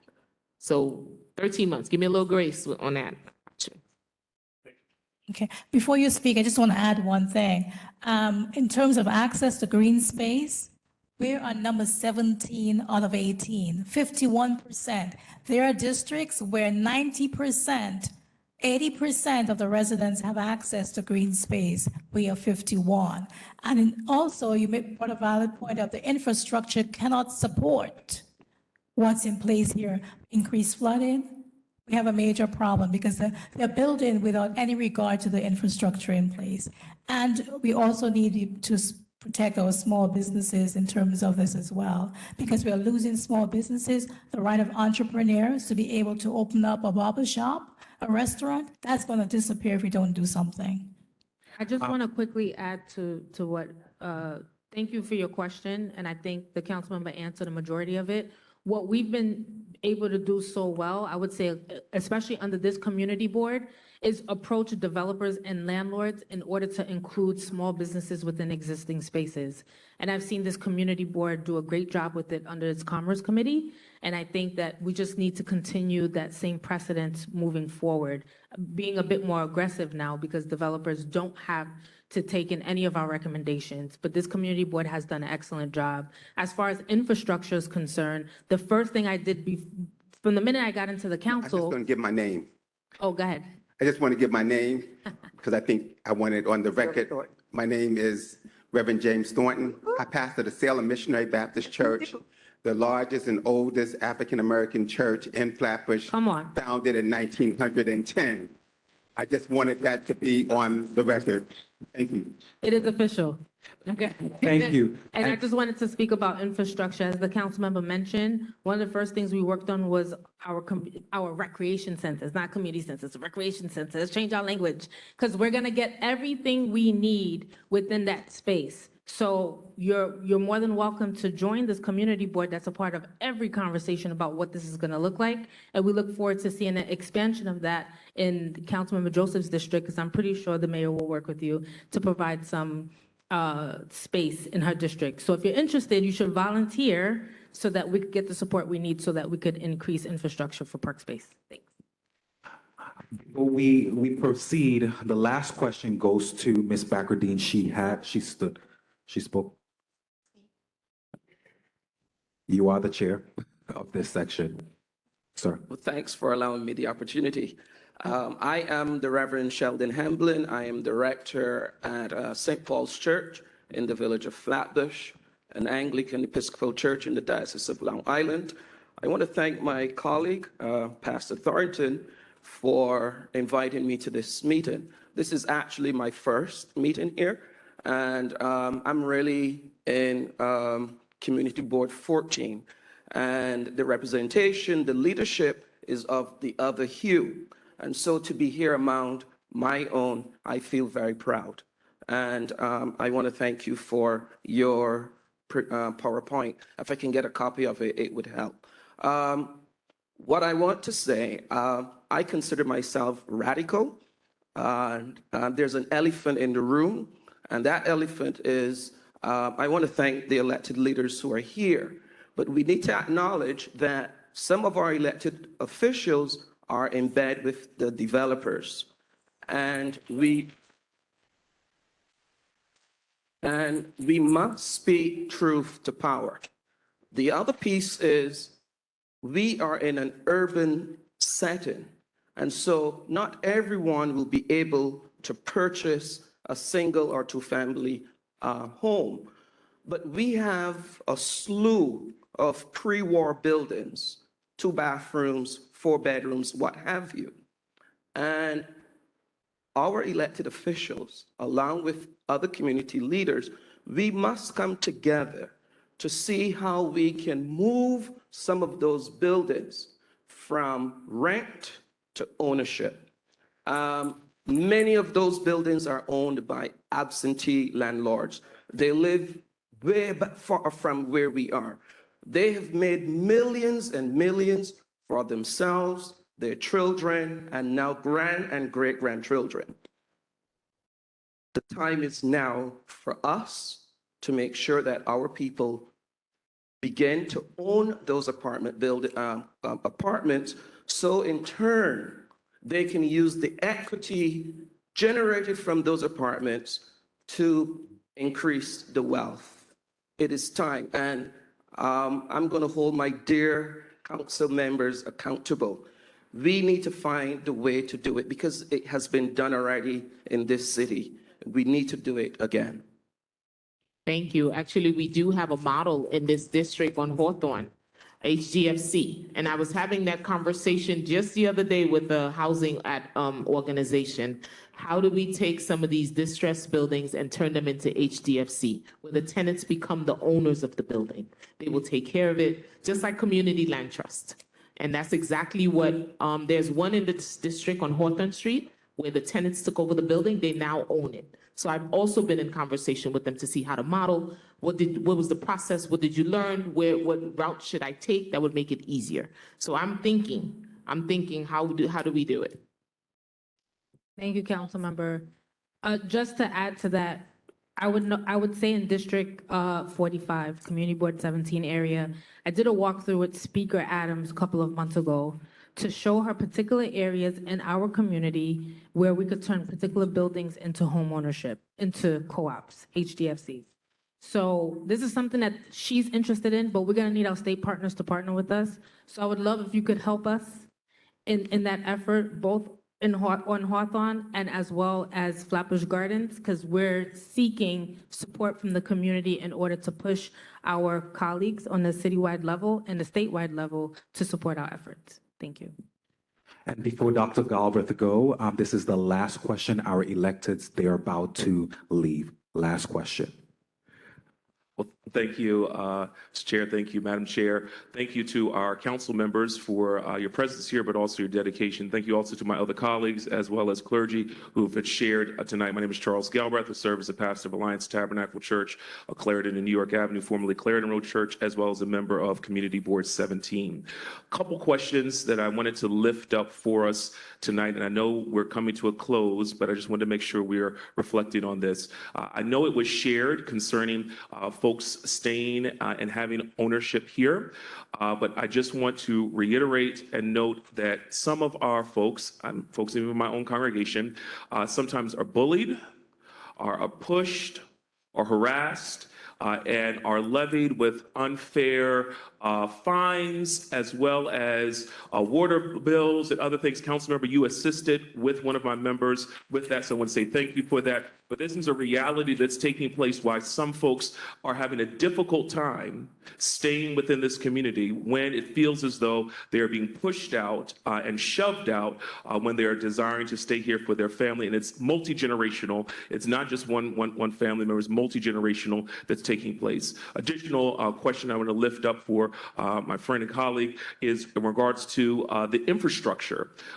We see all these buildings coming in, but the question is there the needed infrastructure to support all of these as of right buildings that are coming in regards to sewage, in regards to water, in regards to the sinkholes, all the things that are taking place that we're seeing and witnessing that's taking place. One last question. You know, I'm a preacher, I got to get 3 points in. Here it is. Last one is this.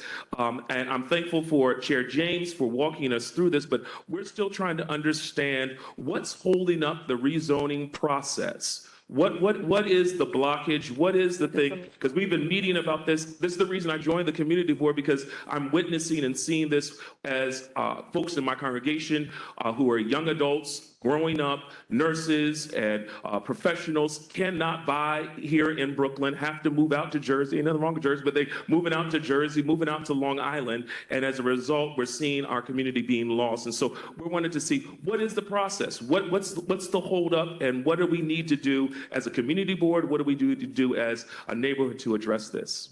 Thank you, Pastor Galbraith. Very happy to see you. Good to see you. I think the public advocate answered your last question. The community board needs to galvanize. We have to come together in order to get this done. He started the process before he became public advocate, was able to fund a consultant to come in and provide a recommendation, and then we've been halted ever since. But even before that, it's been taking a long time with some of our colleagues in the state. But now that we're here and we have a recommendation, that's why we got a letter done, because we're letting the city planning know and all of you know, we want to move forward with this. We want to get this done.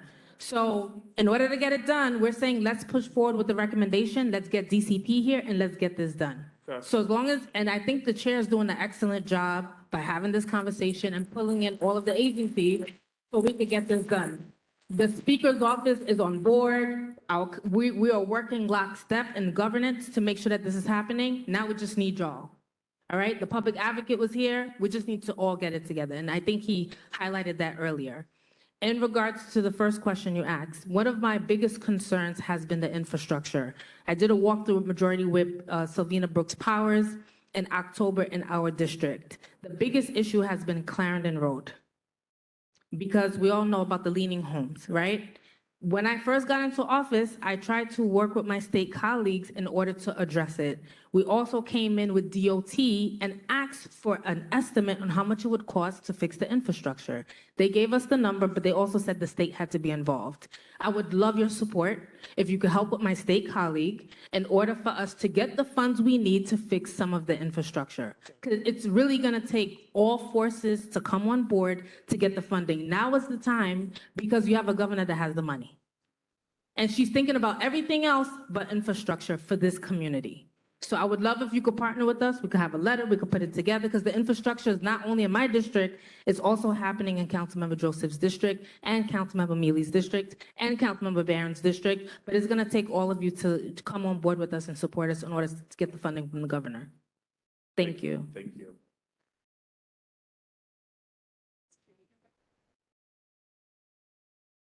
I basically wanted to know, first of all, my name is Lilia Farron Robinson.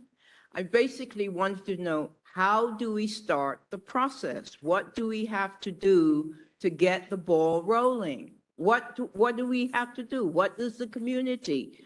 How do we get the ball rolling here to get this done? That's my question. They did not. Okay, so what we need to do is caucus among ourselves and see what's the next best step to do in terms of dealing with this critical situation, because it is the most important situation facing us as a community. I hope everybody signed in, and so we can keep in touch with you. And your email, please, so we can keep in touch with you going forward. What I propose that we do as a next first step, everybody who has signed in, we will contact you and let us file a petition. Let the mayor of New York City know that enough is enough. The mayor of the city is in charge of the Department of City Planning, okay? Here is how it works. For rezoning to take place, the Department of City Planning is the lead agency. The city charter is very clear. There needs to be an agency that has the capacity, the facility to put together the package which is needed to give it to the City Planning Commission, okay? It's very expensive for us as a community to do that. There are other communities where they do it individually. They're not-for-profits, and they get together and they form it, and they're able to do it. It's very expensive. And so we're relying on DCP. So unless DCP moves forward, we are stuck. So I'm asking, if you're really galvanized tonight, when we send a petition sheet to you, that you get your neighbors, other residents to sign it, so we can send it. Our goal here tonight should be to send into the mayor a petition with over 1,000 signatures. I can guarantee you it will get his attention, because he will realize that these are people who vote. Okay, so let's get serious here. Okay, we are stuck. And the good question, how do we move forward? Let us show the elected officials that we are not going to take this anymore. Enough is enough. We didn't rob anybody to get here. We all paid our ways to get here.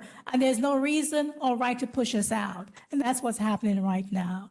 So I'm not into just speaking. I believe in taking action. So if you're really serious, okay, you will leave your name, you will leave your email address. We will email you the petition. You'll coordinate to get people to sign it, get it back to us, and we want to send to the mayor a petition with at least 1,000 signatures. What? And attend the meetings, because that's another thing too. When they look at us, they think we're not engaged, so they dismiss us. Okay?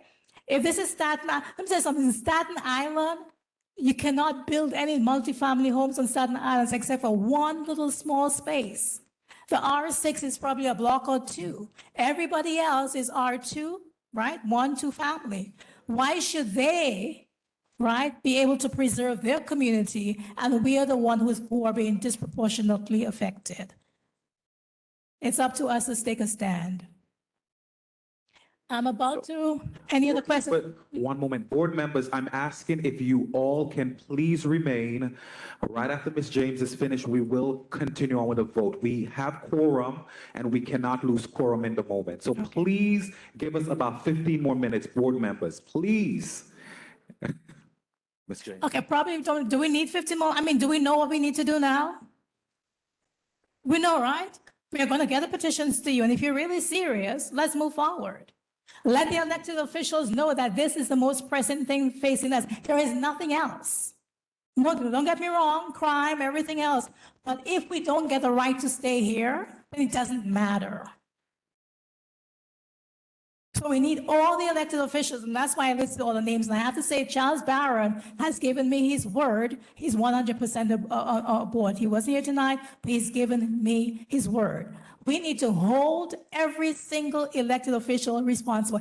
And the state representatives, they can do a lot, right? They can rally, they can in terms of Governor Hochul, right? Oh, sorry, I don't know, whatever her name is, my apologies, right? Appeal to her, right? To increase the level of multifamily homes that can be built in Long Island, because that's a major problem to start with.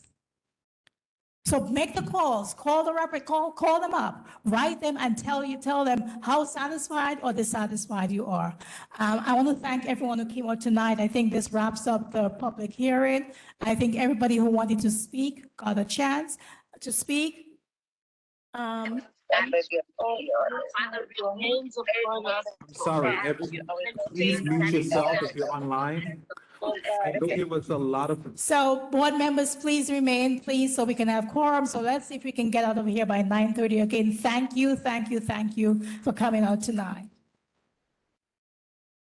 thank you, Ms. James, for running this public hearing. And I want to ask if anyone is interested in continuing this process, please reach out to Ms. James and the rezoning committee. I know can we all, I know we're all ready to go. But can we please keep the talking down in the auditorium to a minimum and to zero? We still have some business to perform. So please, please, please, talking, I know you are ready to go. Let's bring the talking down to zero. Board members, please remain. I'm going to push us along because I know we're getting antsy, and I hope we get out of here by 9:30. I know people online had questions, comments. We will submit them to Ms. James, and we will also have the council send off your questions and your comments to the council members so they can be answered. I'm going to push us back. Hopefully, we still have quorum. And I'm going to push us back to the action items that needed to be voted on, which were from the Commerce Committee. Madam Secretary, can you one more time do a roll call vote? A roll call, sorry, roll call? We have? I don't know if we have quorum anymore. I don't know if We had quorum. we had. So we're. Oh, good. So because we had quorum, we're good to go. So today we will be voted on the 3 items from the Commerce Committee. They were. And then we had quorum. People came in. Yeah. You don't have to still. Once quorum is established, we are good to go. So we will be voting on the 3 items presented from the Commerce Committee. The 3 that were here were Oval, Sports, that's number 1, Trends, number 2, and Kendra, number 3. Again, Oval, number 1, Trends, number 2, and Kendra, number 3. The secretary will be conducting the vote. Again, Oval 1, Trend 2, Kendra's 3. If you're voting for all 3, you can say yes to all 3. If you, again, the numbers are Trends 1, Oval number 1, Oval 1, Trends 2, Kendra number 3. If you're voting for all 3, just say yes to all 3. If you want to isolate them, you have taken notes to know what's 1, 2, and 3. You can break it down as such. Madam Secretary? Okay, Kwame Afwe.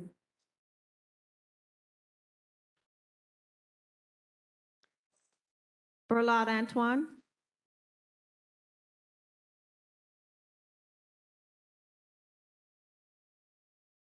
Joan Alexander Bakradine.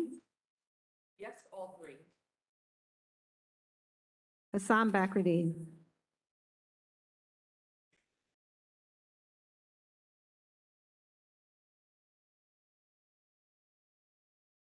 Asher Cunningham. Yes to all 3.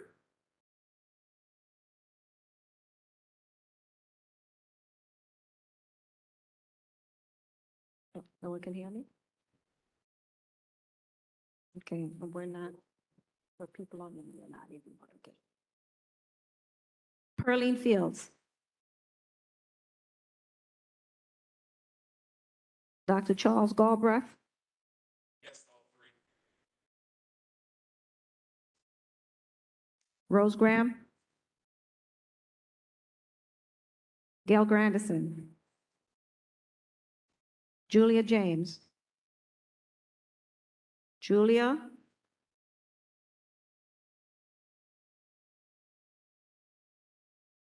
James? I'll come back.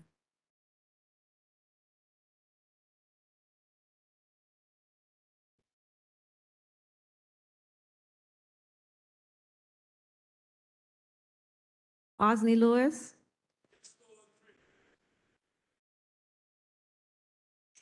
Montserrat O'Neill? Is that yes to all three? June Prasad? Dion Quamina?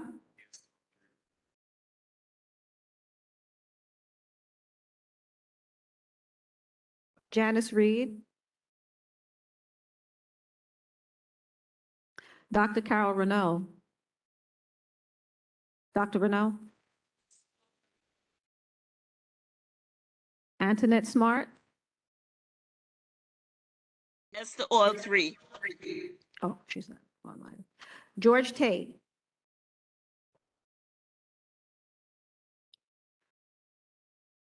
Tamara Thomas, yes to all three. Marguerite Viglianti?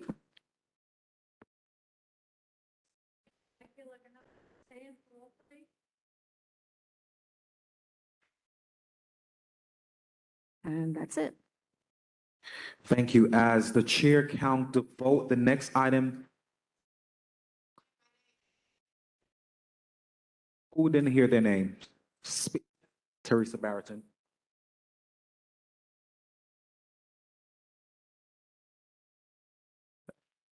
There was another hand. Sorry about that. Ms. Welch? Ms. Welch, your vote. Yes to all three? Okay. The secretary will count the vote. The next item on the agenda. Ms. Brown? Yes to all three, Ms. Brown. Anyone else did not hear their names? Everyone covered? One more item to vote on. We'll get the results for that in a bit. Earlier, the treasurer she's not here. Earlier this week, I sent out an email regarding the discretionary funding presented to each committee.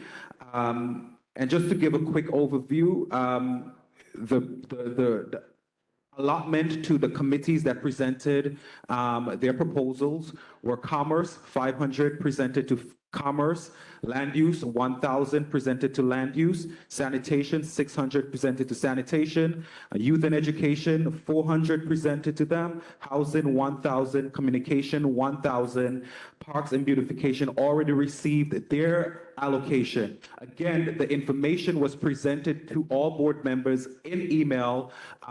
So we are going to be voting as a bulk for the allocation that the Budget Committee decided. I'm now going to pass it over to the secretary to conduct this vote.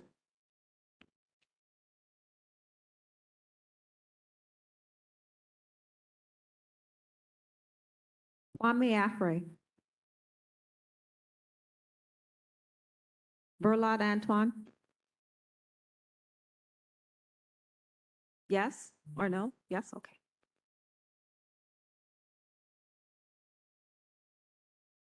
Joan Alexander Bakradine? Hassan Bakradine? Teresa Brereton? Hermina Brown? Asher Cunningham? Yes. Pearline Fields? Dr. Charles Galbraith? Rose Graham? Rose?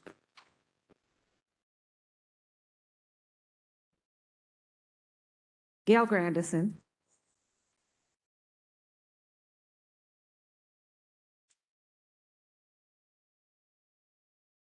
Osney Lewis? Montserrat O'Neill? June Prasad? Dion Quamina?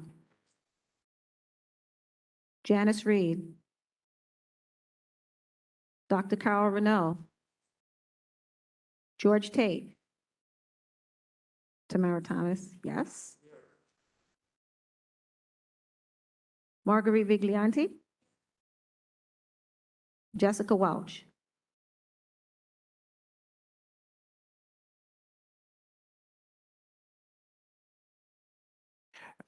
Ms. Graham walked in. Ms. Graham, we're voting for to approve the budget that was sent out by email, disbursement to the different, thank you. Did anyone not hear the name?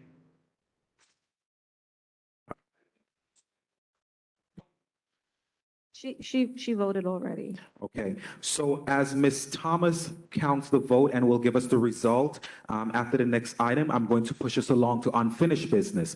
Were there any unfinished business that we need to address today?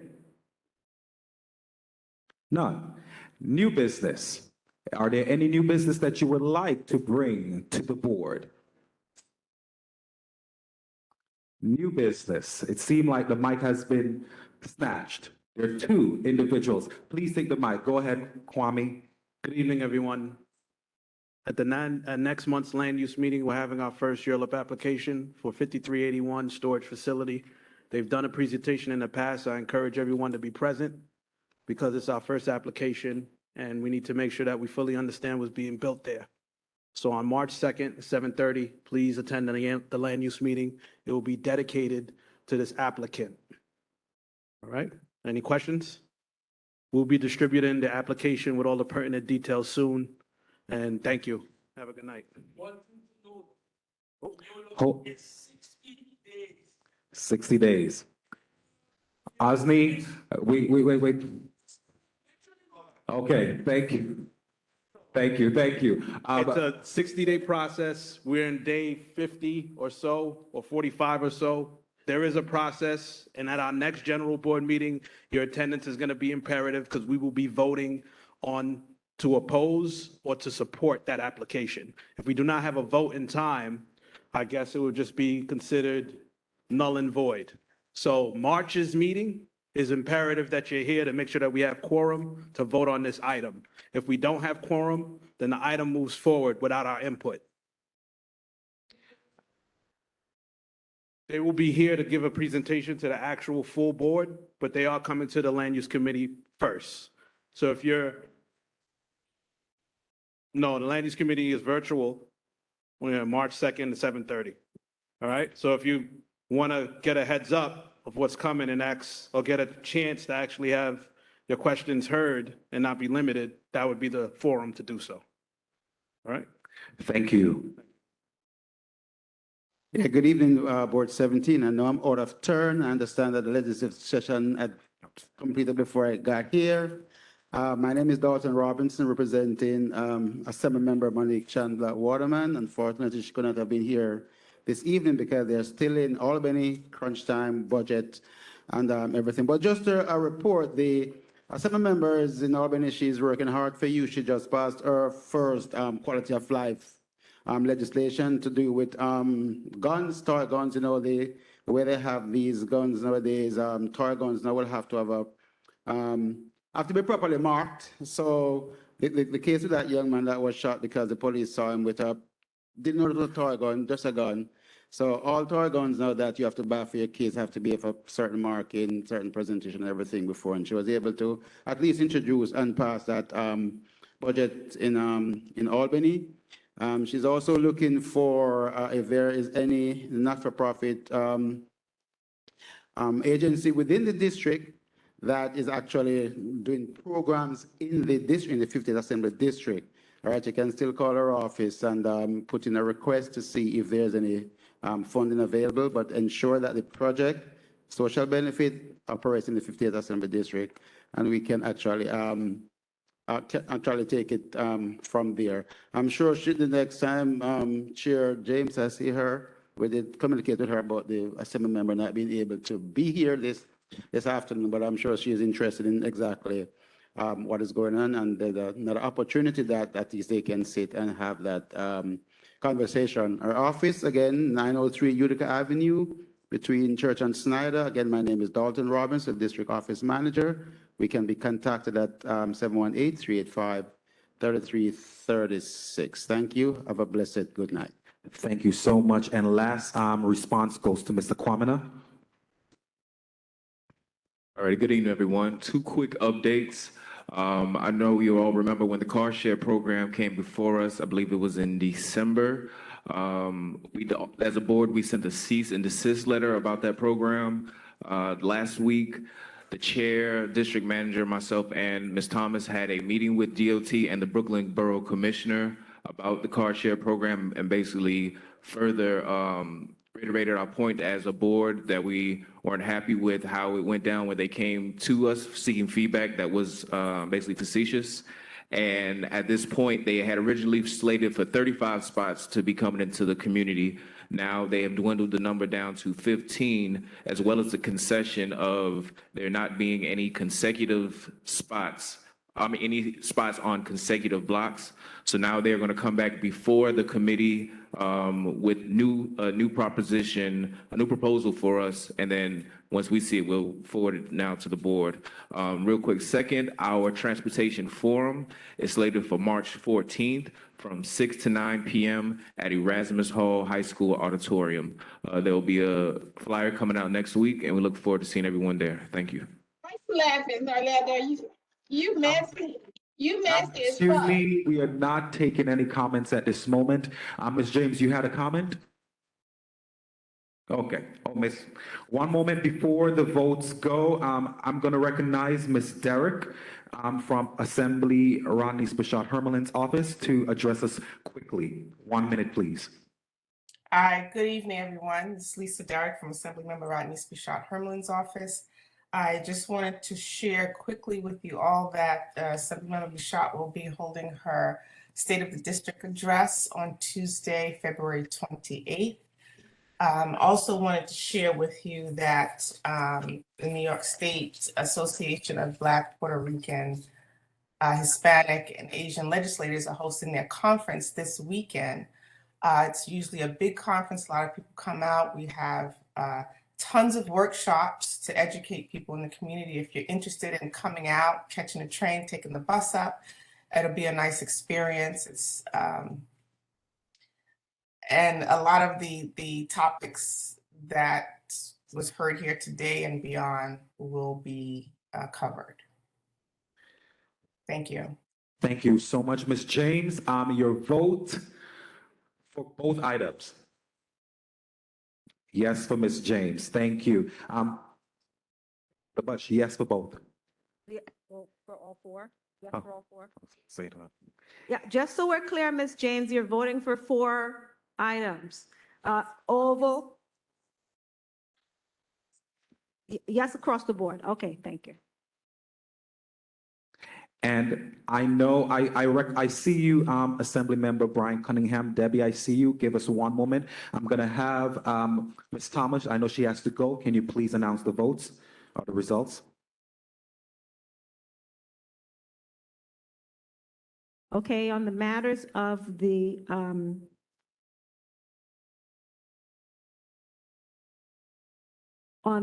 matters of the licensing, we've got 20 yeses across the board, 2 abstentions.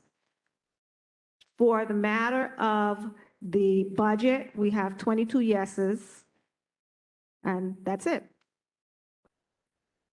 20 yeses for Oval, Trends, and Kendra. And then we have 22 yeses. So everyone voted on the budget. Everyone said yes to the budget. Yeah.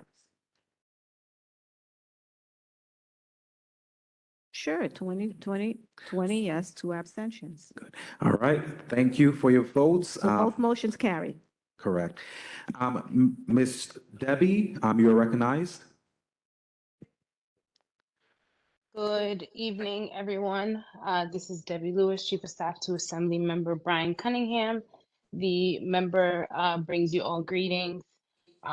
Just want to let you all know that the office is open 9 to 5, Monday through Friday. I heard your concerns in regards to the rezoning. We would love to discuss more about this with you all. And Lisa Derrick from Assemblymember Bachat's office did speak about the caucus weekend. Sorry, my daughter is in the back making noise. Talking about caucus weekend. We do have space. We have a bus. We have about 5 spaces left if anyone is interested in going up on Saturday. We are talking about housing and a number of other topics through the workshops. The bus is free. It is first come, first serve out of the 5 spots that are left. And you can contact me if you would like to take the bus up. It does leave at 6 a.m. and does return from Albany at 6 p.m. on Saturday. So you can contact me if you're interested in getting on the bus at 347-497-9462. And thank you, Chair and the Board of CB17. Thank you so much, Debbie. So the meeting is coming to a close. Can I have a motion?